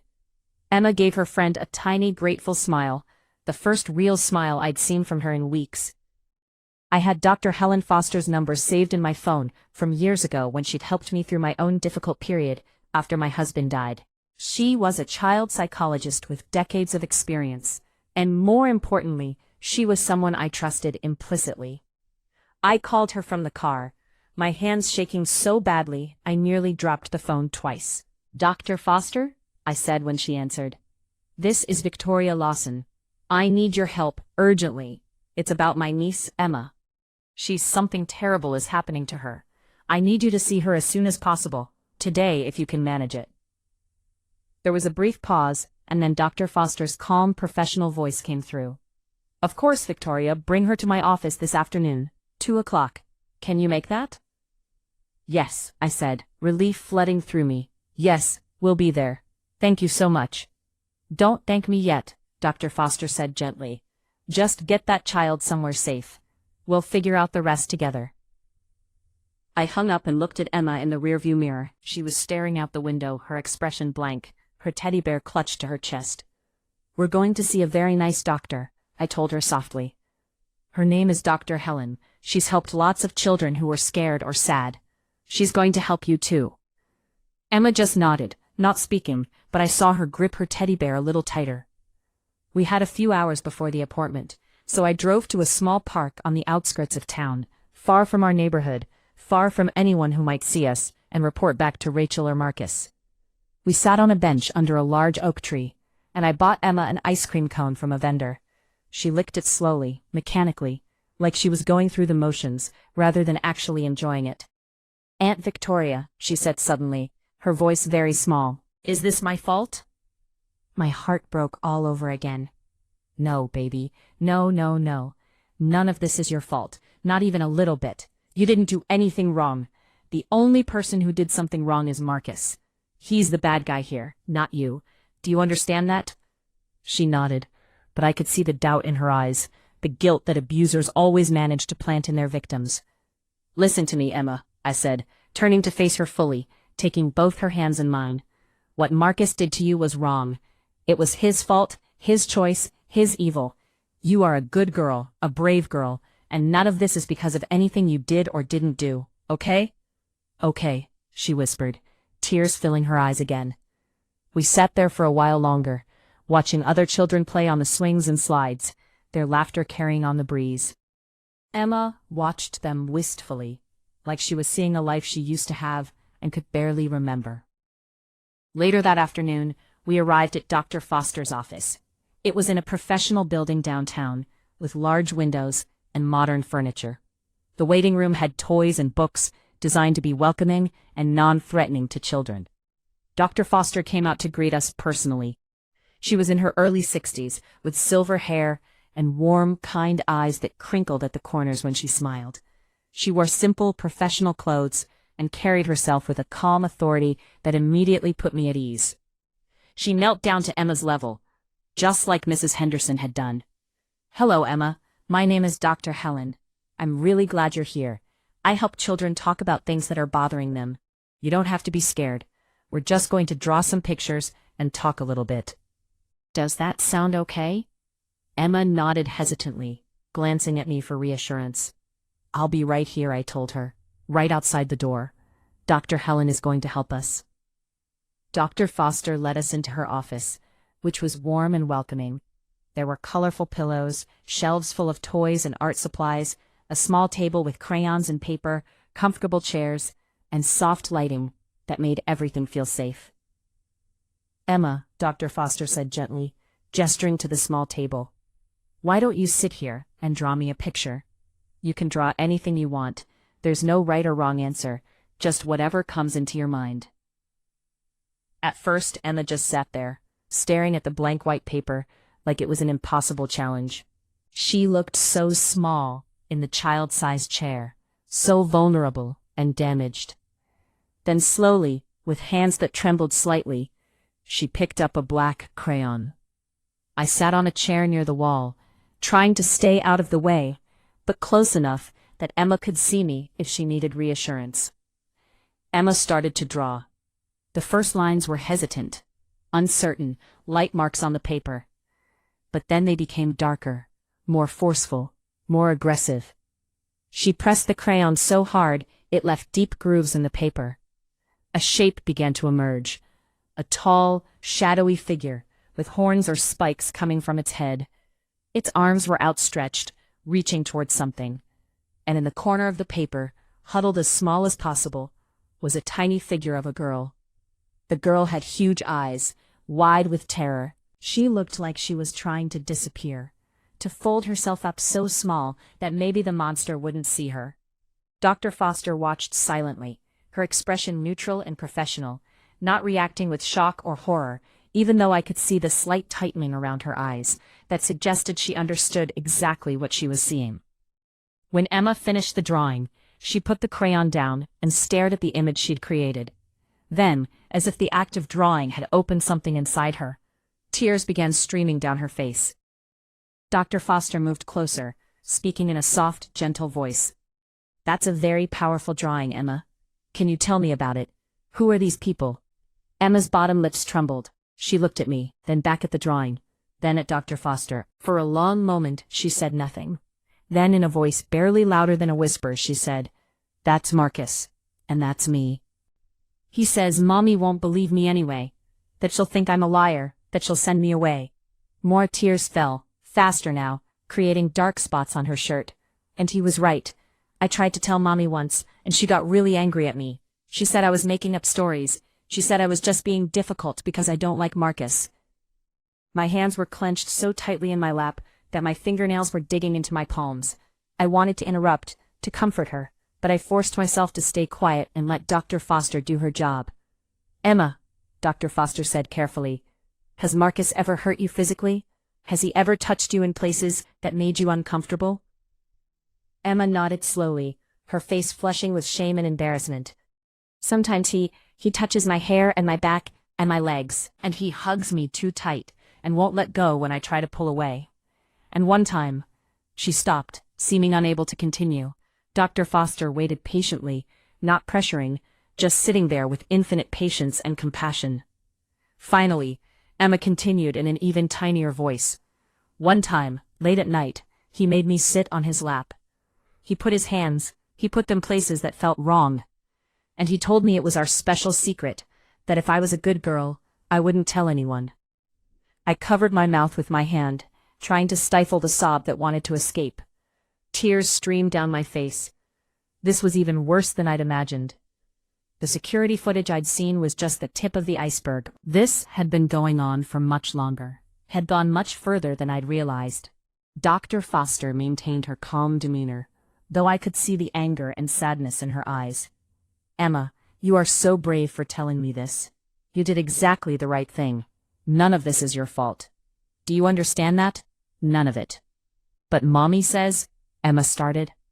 "Your mommy is wrong," Dr. Foster said firmly but gently. "Sometimes adults make mistakes. Sometimes they don't see what's right in front of them. But that doesn't change the truth. What Marcus did to you was wrong. It was his fault, not yours. You are a brave, good girl who deserves to be safe and happy." Emma broke down completely then, sobbing so hard her whole body shook. Dr. Foster moved to sit beside her, putting a gentle arm around her shoulders. I couldn't stay in my chair anymore. I went to Emma and knelt beside her, pulling her into my arms. "I'm so sorry, baby. I'm so sorry I didn't stop this sooner. But it's going to end now. I promise you, it's going to end." After Emma calmed down a bit, Dr. Foster took me into the hallway while Emma stayed in the office with a nurse who specialized in child trauma care. "Victoria," Dr. Foster said, her voice serious and urgent. "That child is showing clear signs of severe psychological trauma and sexual abuse. What she's describing isn't just inappropriate behavior. It's criminal activity. You need to involve the authorities immediately." "I know," I said, my voice hoarse from crying. "I have video evidence from our security camera. I've been trying to figure out the best way to handle this. But my daughter won't listen to me. She's completely sided with Marcus. Filed a police report. Let the system do its job. This man needs to be arrested and prosecuted. And your daughter needs to face consequences for her role in enabling this abuse." "What if they don't believe me?" I asked, voicing my deepest fear. "What if they think I'm just a crazy old woman making things up?" "You have a video," Dr. Foster said firmly. "You have my professional evaluation. You have Emma's teacher's concerns. You have the drawings. You have Emma's own testimony. That's not nothing, Victoria. That's substantial evidence. The police will take this seriously." She paused, her expression softening. "I know this is terrifying. I know you're about to blow up your family. But Emma's safety is more important than keeping the peace. You know that." "I do," I said, my voice stronger now, filled with determination. "I'm going to do whatever it takes. If you feel my words, show your support by liking the video and subscribing to the channel. And tell me from which city you belong so I can see how far a woman's impactful voice can reach. Help me build this community so we can bring more truthful stories for you. I left Dr. Foster's office with Emma's hand firmly in mine and a folder full of documentation tucked under my arm. The report Dr. Foster had written was detailed and damning, laying out Emma's symptoms, her disclosures, and the professional opinion that she had been subjected to ongoing sexual abuse. I called my friend Margaret from the car. "Margaret, I need a huge favor. I need a place to stay for a few days, maybe longer. It's an emergency involving Emma. I can't explain everything over the phone, but I really need your help." Margaret, bless her, didn't hesitate. "Of course, Victoria. You know you're always welcome here. Come over right away. I'll make up the guest room." With that settled, I drove straight to the police station, my heart pounding, but my resolve absolute. This was it. There was no going back after this. Once I filed this report, everything would change forever. The police station was a squat gray building that had always made me nervous. I'd never had reason to go there before, except once to renew my driver's license years ago. I walked up to the front desk, holding Emma's hand tightly. The officer behind the desk, a young woman with her hair in a neat bun, looked up at me with professional courtesy. "Can I help you, ma'am?" she asked. I took a deep breath. "Yes, I need to report a case of child sexual abuse." Her expression immediately became more serious, more focused. "Come with me, please." She led us to a private room and called for a detective. Within minutes, a woman in her 40s with short brown hair and intelligent eyes came in.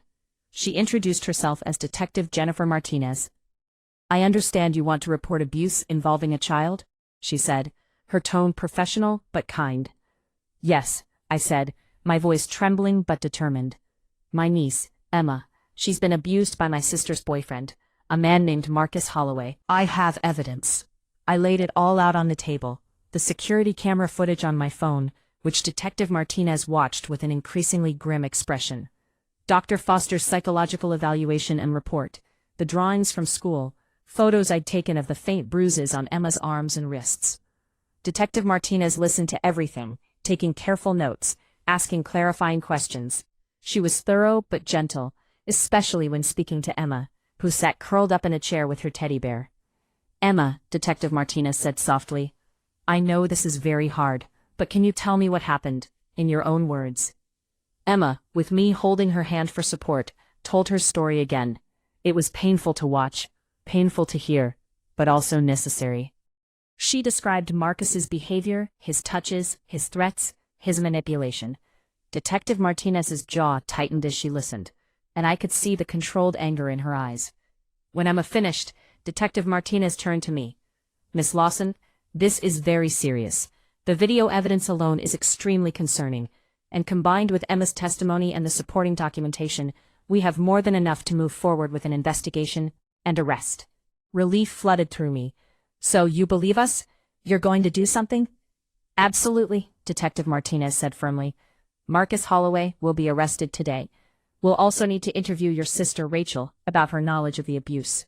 My stomach sank. My sister didn't know. She refused to believe me when I tried to tell her. Detective Martinez's expression was sympathetic but firm. "That may be true, but we still need to investigate. If she had reason to suspect abuse and did nothing, that's a serious legal issue. Failure to protect a child is a crime." I nodded, understanding but also feeling a deep sadness. Rachel was about to have her world torn apart, and part of me still loved my daughter enough to grieve for what was about to happen to her. That afternoon, I stood across the street from our house with Emma, watching from a safe distance as 2 police cars pulled up. My heart was pounding so hard, I thought it might burst from my chest. Marcus was on the front porch, just getting home from work, loosening his tie. He looked relaxed, confident, completely unaware of what was about to happen. When he saw the police officers get out of their cars, his expression changed. The confident smile disappeared, replaced by confusion, then concern, then fear. Rachel came running out of the house, panic already visible on her face. "What's going on? Why are you here?" she asked.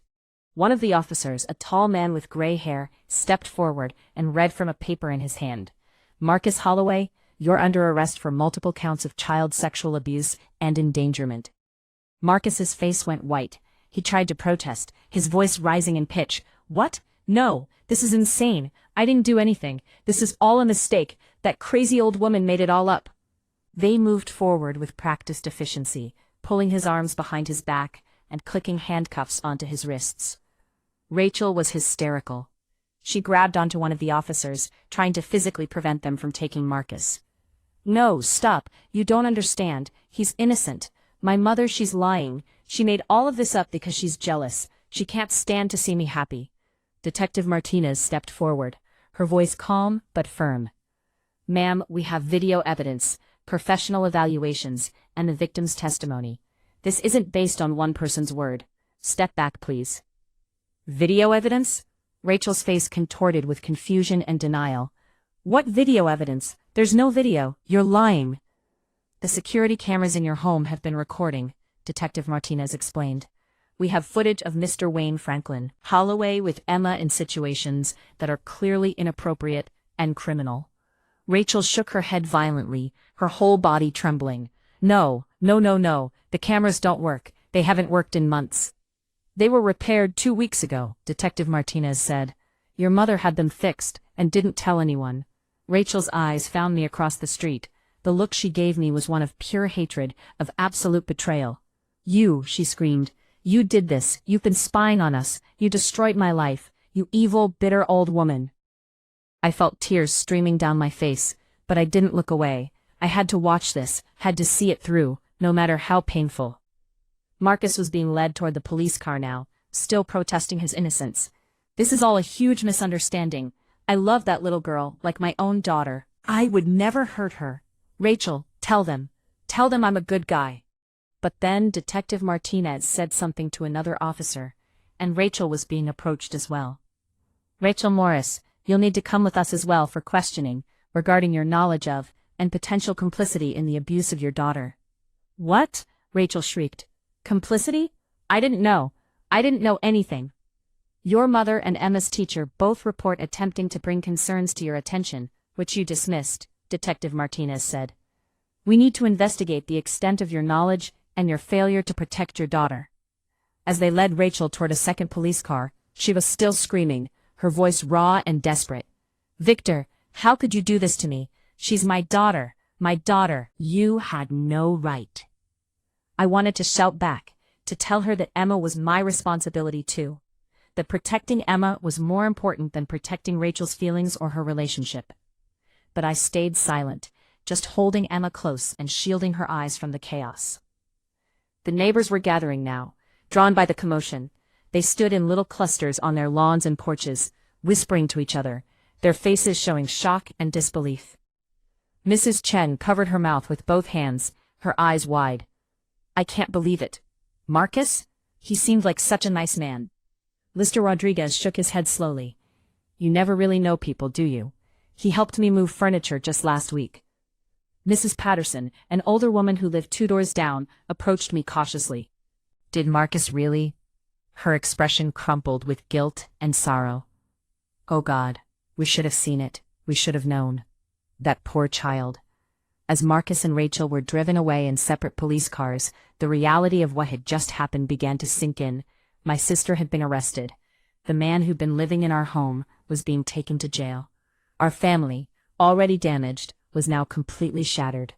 Emma pressed her face against my stomach, her arms wrapped around me tightly. "Is it really over, Aunt Victoria? Is he really gone?" I knelt down and looked into her eyes, those beautiful green eyes that had seen far too much pain. "Yes, sweetheart, he's gone. He can't hurt you anymore, I promise." "What about Mommy?" Emma asked, her voice small and scared. "Is Mommy going to jail too?" I didn't know how to answer that. Your Mommy made some mistakes. She didn't protect you the way she should have. But we're going to take care of you now. You're safe. That's what matters most. Over the next few days, the story spread through the neighborhood like wildfire. The local news picked it up, though they didn't use Emma's name or show her face. The headlines read, "Local man arrested for child abuse," and security camera exposes hidden predator.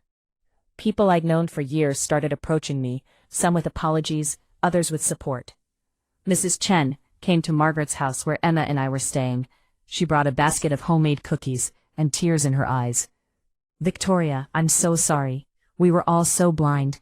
Marcus fooled everyone. If I had known, if I had seen the signs." "It's not your fault," I told her, though part of me was still angry that no one had believed me, that everyone had been so quick to take Marcus's side. He was very good at deception. Mr. Rodriguez stopped by as well. "I feel terrible. When you tried to tell people something was wrong, I didn't listen. I thought you were just being overprotective. I'm so sorry, Victoria." Even young Mrs. Patterson, who'd always seemed so absorbed in her own life, came to express her regret. "I should have paid more attention. I should have noticed how quiet Emma had become. I'm so ashamed." The newspaper published a more detailed article a few days later, carefully avoiding identifying Emma, but praising the courage it took to come forward with evidence of abuse. They interviewed a child psychologist, not Dr. Foster, but someone similar, about the signs of abuse and how often they go unnoticed. The article mentioned that security camera footage had been instrumental in the arrest, and I started getting calls from reporters wanting to interview me. I declined all of them. This wasn't about publicity or recognition. This was about keeping Emma safe. The police kept me updated on the case. Marcus had been formally charged with 5 counts of child sexual abuse, 2 counts of endangerment, and 1 count of intimidation of a witness for threatening Emma to keep quiet. Rachel had been released after questioning, but was facing charges of child endangerment and failure to protect. The evidence suggested she'd had multiple opportunities to recognize the abuse, and had deliberately ignored them in favor of maintaining her relationship with Marcus. "Your daughter is claiming she had no knowledge of the abuse," Detective Martinez told me during one update. "But we have testimony from you, from Emma's teacher, and from neighbors that concerns were raised and dismissed. That's going to be difficult for her to explain away." The preliminary hearing was scheduled for 3 months out. In the meantime, I was granted temporary custody of Emma, while Rachel's parental rights were suspended, pending investigation. Emma started seeing Dr. Foster twice a week for therapy. The sessions were hard on her, bringing up painful memories and emotions, but Dr. Foster assured me they were necessary for healing. "She's doing remarkably well, all things considered," Dr. Foster told me after one session. "Children are resilient. With proper support and therapy, Emma can recover from this. The fact that you believed her and took action quickly is going to make a huge difference in her long-term recovery." Slowly, gradually, I started to see changes in Emma. The nightmares became less frequent. She started smiling more often, real smiles that reached her eyes. She made friends at her new school. I'd transferred her to a different school to give her a fresh start, somewhere no one knew about the trial or what had happened. One Saturday morning, about 2 months after Marcus's arrest, Emma came into the kitchen where I was making breakfast. She was carrying her art supplies. "Aunt Victoria, can I draw while you cook?" "Of course, sweetheart." She sat at the table and started drawing. I watched her out of the corner of my eye as I flipped pancakes, my heart in my throat. What would she draw now? When she showed me the finished product, tears sprang to my eyes. It was a picture of 2 people holding hands under a bright yellow sun. One tall figure, one small. Both were smiling. There were flowers everywhere, and birds in the sky, and a rainbow in the corner. "That's you and me," Emma said softly, "in our new life, without the monster." I pulled her into a tight hug, crying openly now. "It's the most beautiful thing I've ever seen." "Are you sad, Aunt Victoria?" Emma asked, concerned. "No, baby. I'm happy. These are happy tears, because you're healing, because you're going to be okay."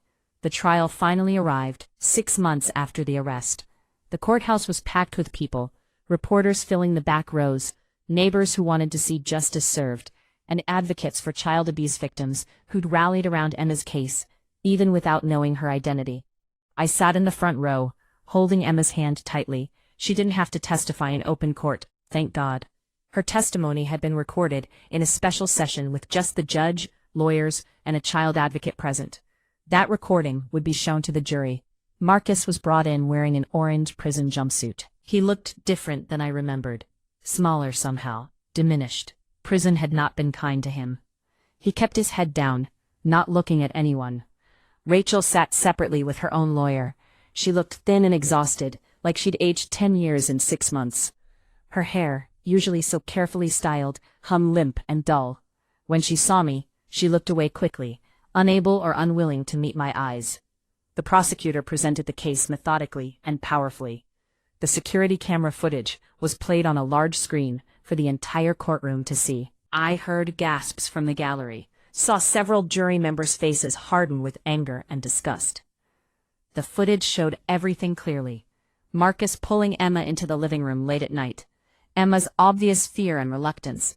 Marcus forcing her to sit close to him, his hand on her arm, her face pale with terror. Dr. Foster's evaluation was read into the record, explaining Emma's psychological trauma in clinical terms. Emma's drawings were presented as evidence, those dark, terrifying images of the monster and the frightened little girl. Emma's teacher, Mrs. Henderson, testified about the changes she witnessed in Emma's behavior and the concerns she'd raised. And then Emma's recorded testimony was played. The courtroom fell completely silent as her small, trembling voice filled the space, describing what Marcus had done to her, how scared she'd been, how she'd tried to tell her mother but hadn't been believed. Several jury members were openly crying. One woman in the gallery had to excuse herself, overcome with emotion.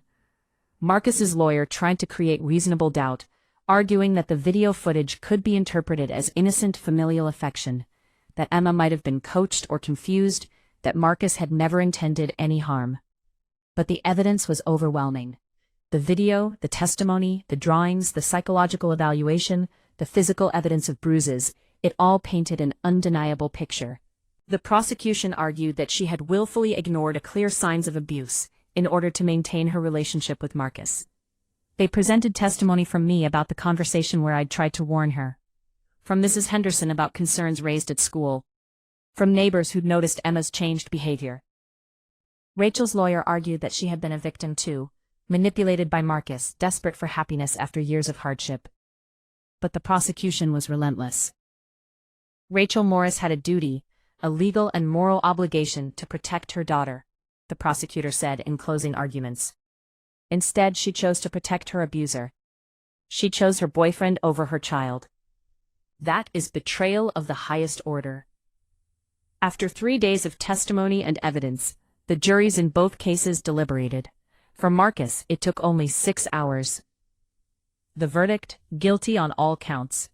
The judge sentenced him to 18 years in prison without possibility of parole for the first 12 years. As the sentence was read, Marcus broke down completely, sobbing and claiming he was innocent, that this was all a misunderstanding, but no one was listening anymore. His mask had been torn away completely, revealing the monster beneath. For Rachel, the jury deliberated longer, nearly 2 full days. When they finally returned, the verdict was read. Guilty of failure to protect a minor. The judge was harsh in sentencing. Ms. Morris, you had multiple opportunities to protect your daughter. You chose not to. You chose a romantic relationship over your child's safety. For that you will serve 4 years in prison, and your parental rights to Emma Morris are hereby permanently terminated. Rachel sobbed openly, her whole body shaking. Please, no. She's my daughter, my baby. Please don't take her away from me. But the judge was unmoved. You took yourself away from her, Ms. Morris, when you chose not to believe her, not to protect her. This court's first priority is the welfare of the child. Emma will be better served in the care of someone who actually puts her safety first. As Marcus and Rachel were led away in handcuffs, I felt a complex mix of emotions. Relief that justice had been served, sadness for the sister I'd lost and the family that had been destroyed, and overwhelming gratitude that Emma was safe. Emma squeezed my hand. It's really over now, right? They can't hurt me anymore.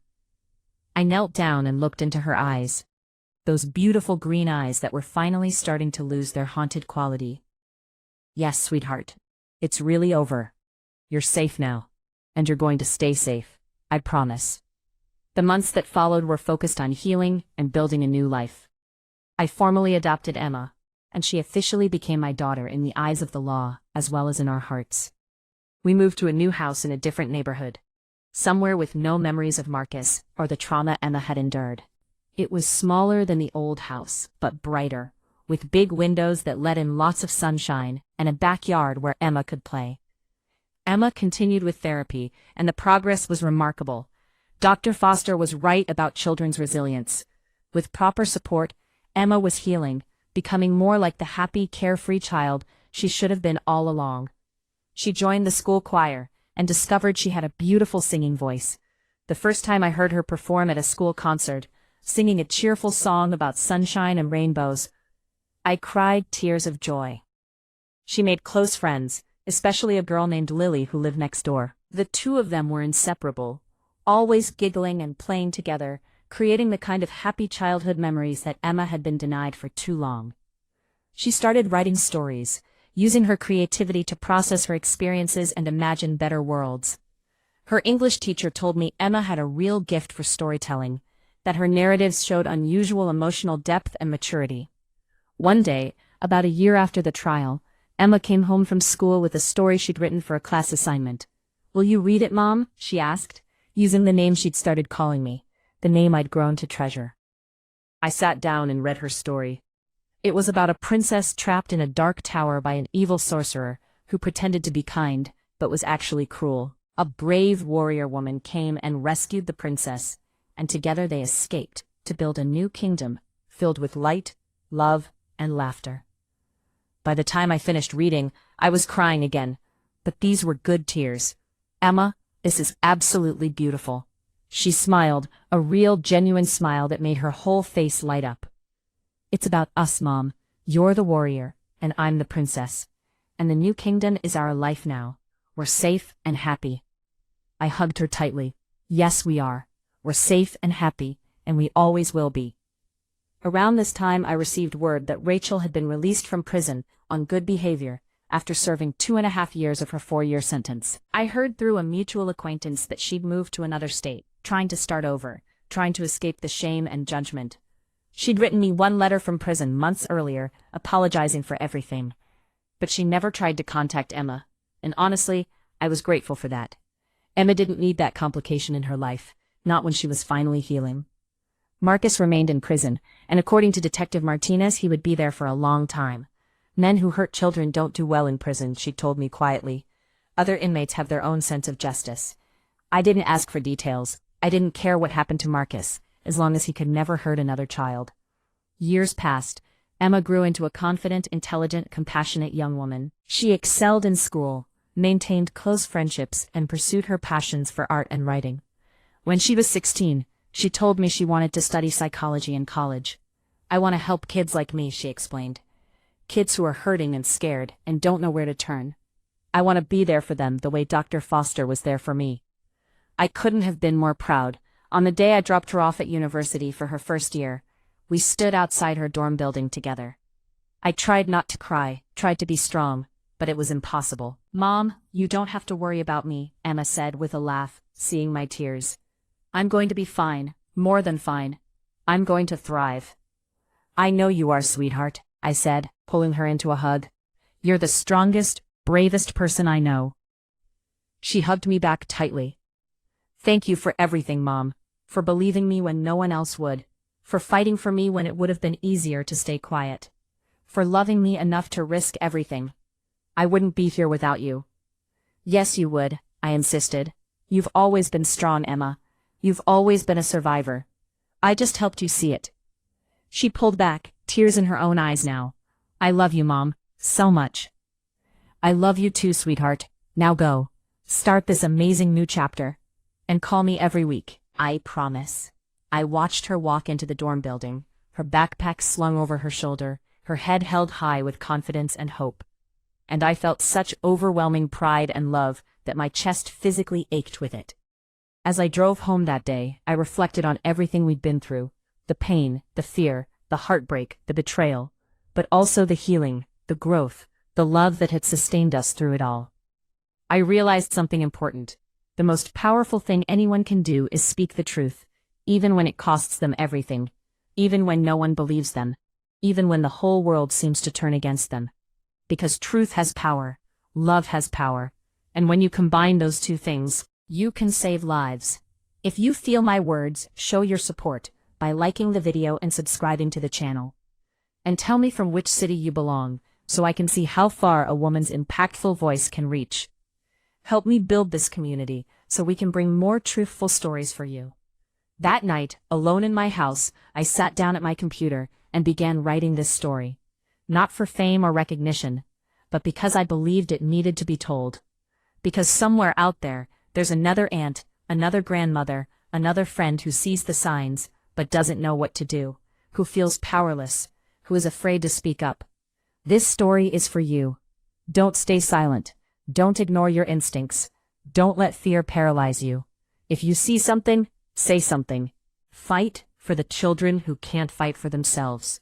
Yes, it will be hard. Yes, you might lose people you love. Yes, the system might feel overwhelming and intimidating. But the alternative, staying silent while a child suffers, is infinitely worse. I lost my sister. I lost my sense of family as I'd known it. I lost the comfortable illusion that everything was fine. But I gained something far more precious. I gained a daughter. I gained the knowledge that I did the right thing. I gained peace of mind knowing that Emma is safe, happy, and thriving. And that is worth everything. Every sacrifice, every painful moment, every tear shed, all of it was worth it to see Emma smile again, to see her heal, to see her become the amazing woman she was always meant to be. Emma is now 24 years old, working toward her master's degree in clinical child psychology. She volunteers at a crisis center for abused children, using her own experiences to help others who are going through similar trauma. And I am so incredibly, overwhelmingly proud to be her mother. This story isn't just about abuse and trauma. It's about resilience. It's about the transformative power of unconditional love. It's about what it truly means to protect someone. It's about how one person's courage can change everything. I often think about that moment when I almost didn't check the security camera. What if I'd ignored my instincts? What if I'd chosen the comfortable lie over the painful truth? The thought haunts me sometimes, in quiet moments. But then I look at Emma's life now, at the woman she's becoming, at the children she'll help in her future career, and I know that everything happened exactly as it was meant to. We can't change the past, but we can shape the future. And together, by sharing our stories, by supporting one another, by refusing to stay silent in the face of injustice, we can make sure that fewer children have to suffer. We can create a world where children's voices are heard and believed, where protection comes before comfort, where love means action, not just words. That's why I'm sharing this story with you today. Because your voice matters, your truth matters, your courage matters. If you're in a situation where you suspect a child is being abused, please, I'm begging you, don't wait. Don't second-guess yourself. Don't worry about being wrong or causing trouble. Call the authorities, report what you've seen, trust your instincts. You might be that child's only hope. You might be the only person brave enough to speak up. Be that person. Be the warrior that child needs. And if you're a survivor of abuse yourself, please know that it wasn't your fault. It was never your fault. You deserved protection. You deserve to be believed. It's not too late to heal. Reach out to a therapist, a support group, a trusted friend. Your story matters. Your healing matters. You are stronger than you know. You are braver than you believe. You are worthy of love and safety and happiness. Never forget that. Thank you for being here with me. Thank you for listening to this difficult, painful, but ultimately hopeful story. Thank you for being part of a community that believes children's safety matters more than adult comfort. Thank you for believing that women's voices have power, that truth matters, that love requires courage. May we all have the strength to speak up when it counts. May we all have the courage to do the right thing, even when it's hard. May we all remember that protecting the innocent is the highest calling. And may we all create a world where every child can grow up safe, loved, and free from fear. God bless you all. Stay strong, stay vigilant, and never ever stop fighting for what's right. This is Victoria, signing off with love, hope, and an unshakable belief in the power of truth and courage to change the world, one child at a time. Remember, you are never alone in your fight for justice. We are a community. We support each other, we believe each other, we protect each other, and together, we can make a difference. Thank you for being part of this journey. Thank you for caring. Thank you for listening. Until next time, keep speaking your truth, Keep fighting for the vulnerable. Keep being the light in someone's darkness. Because that's how we change the world.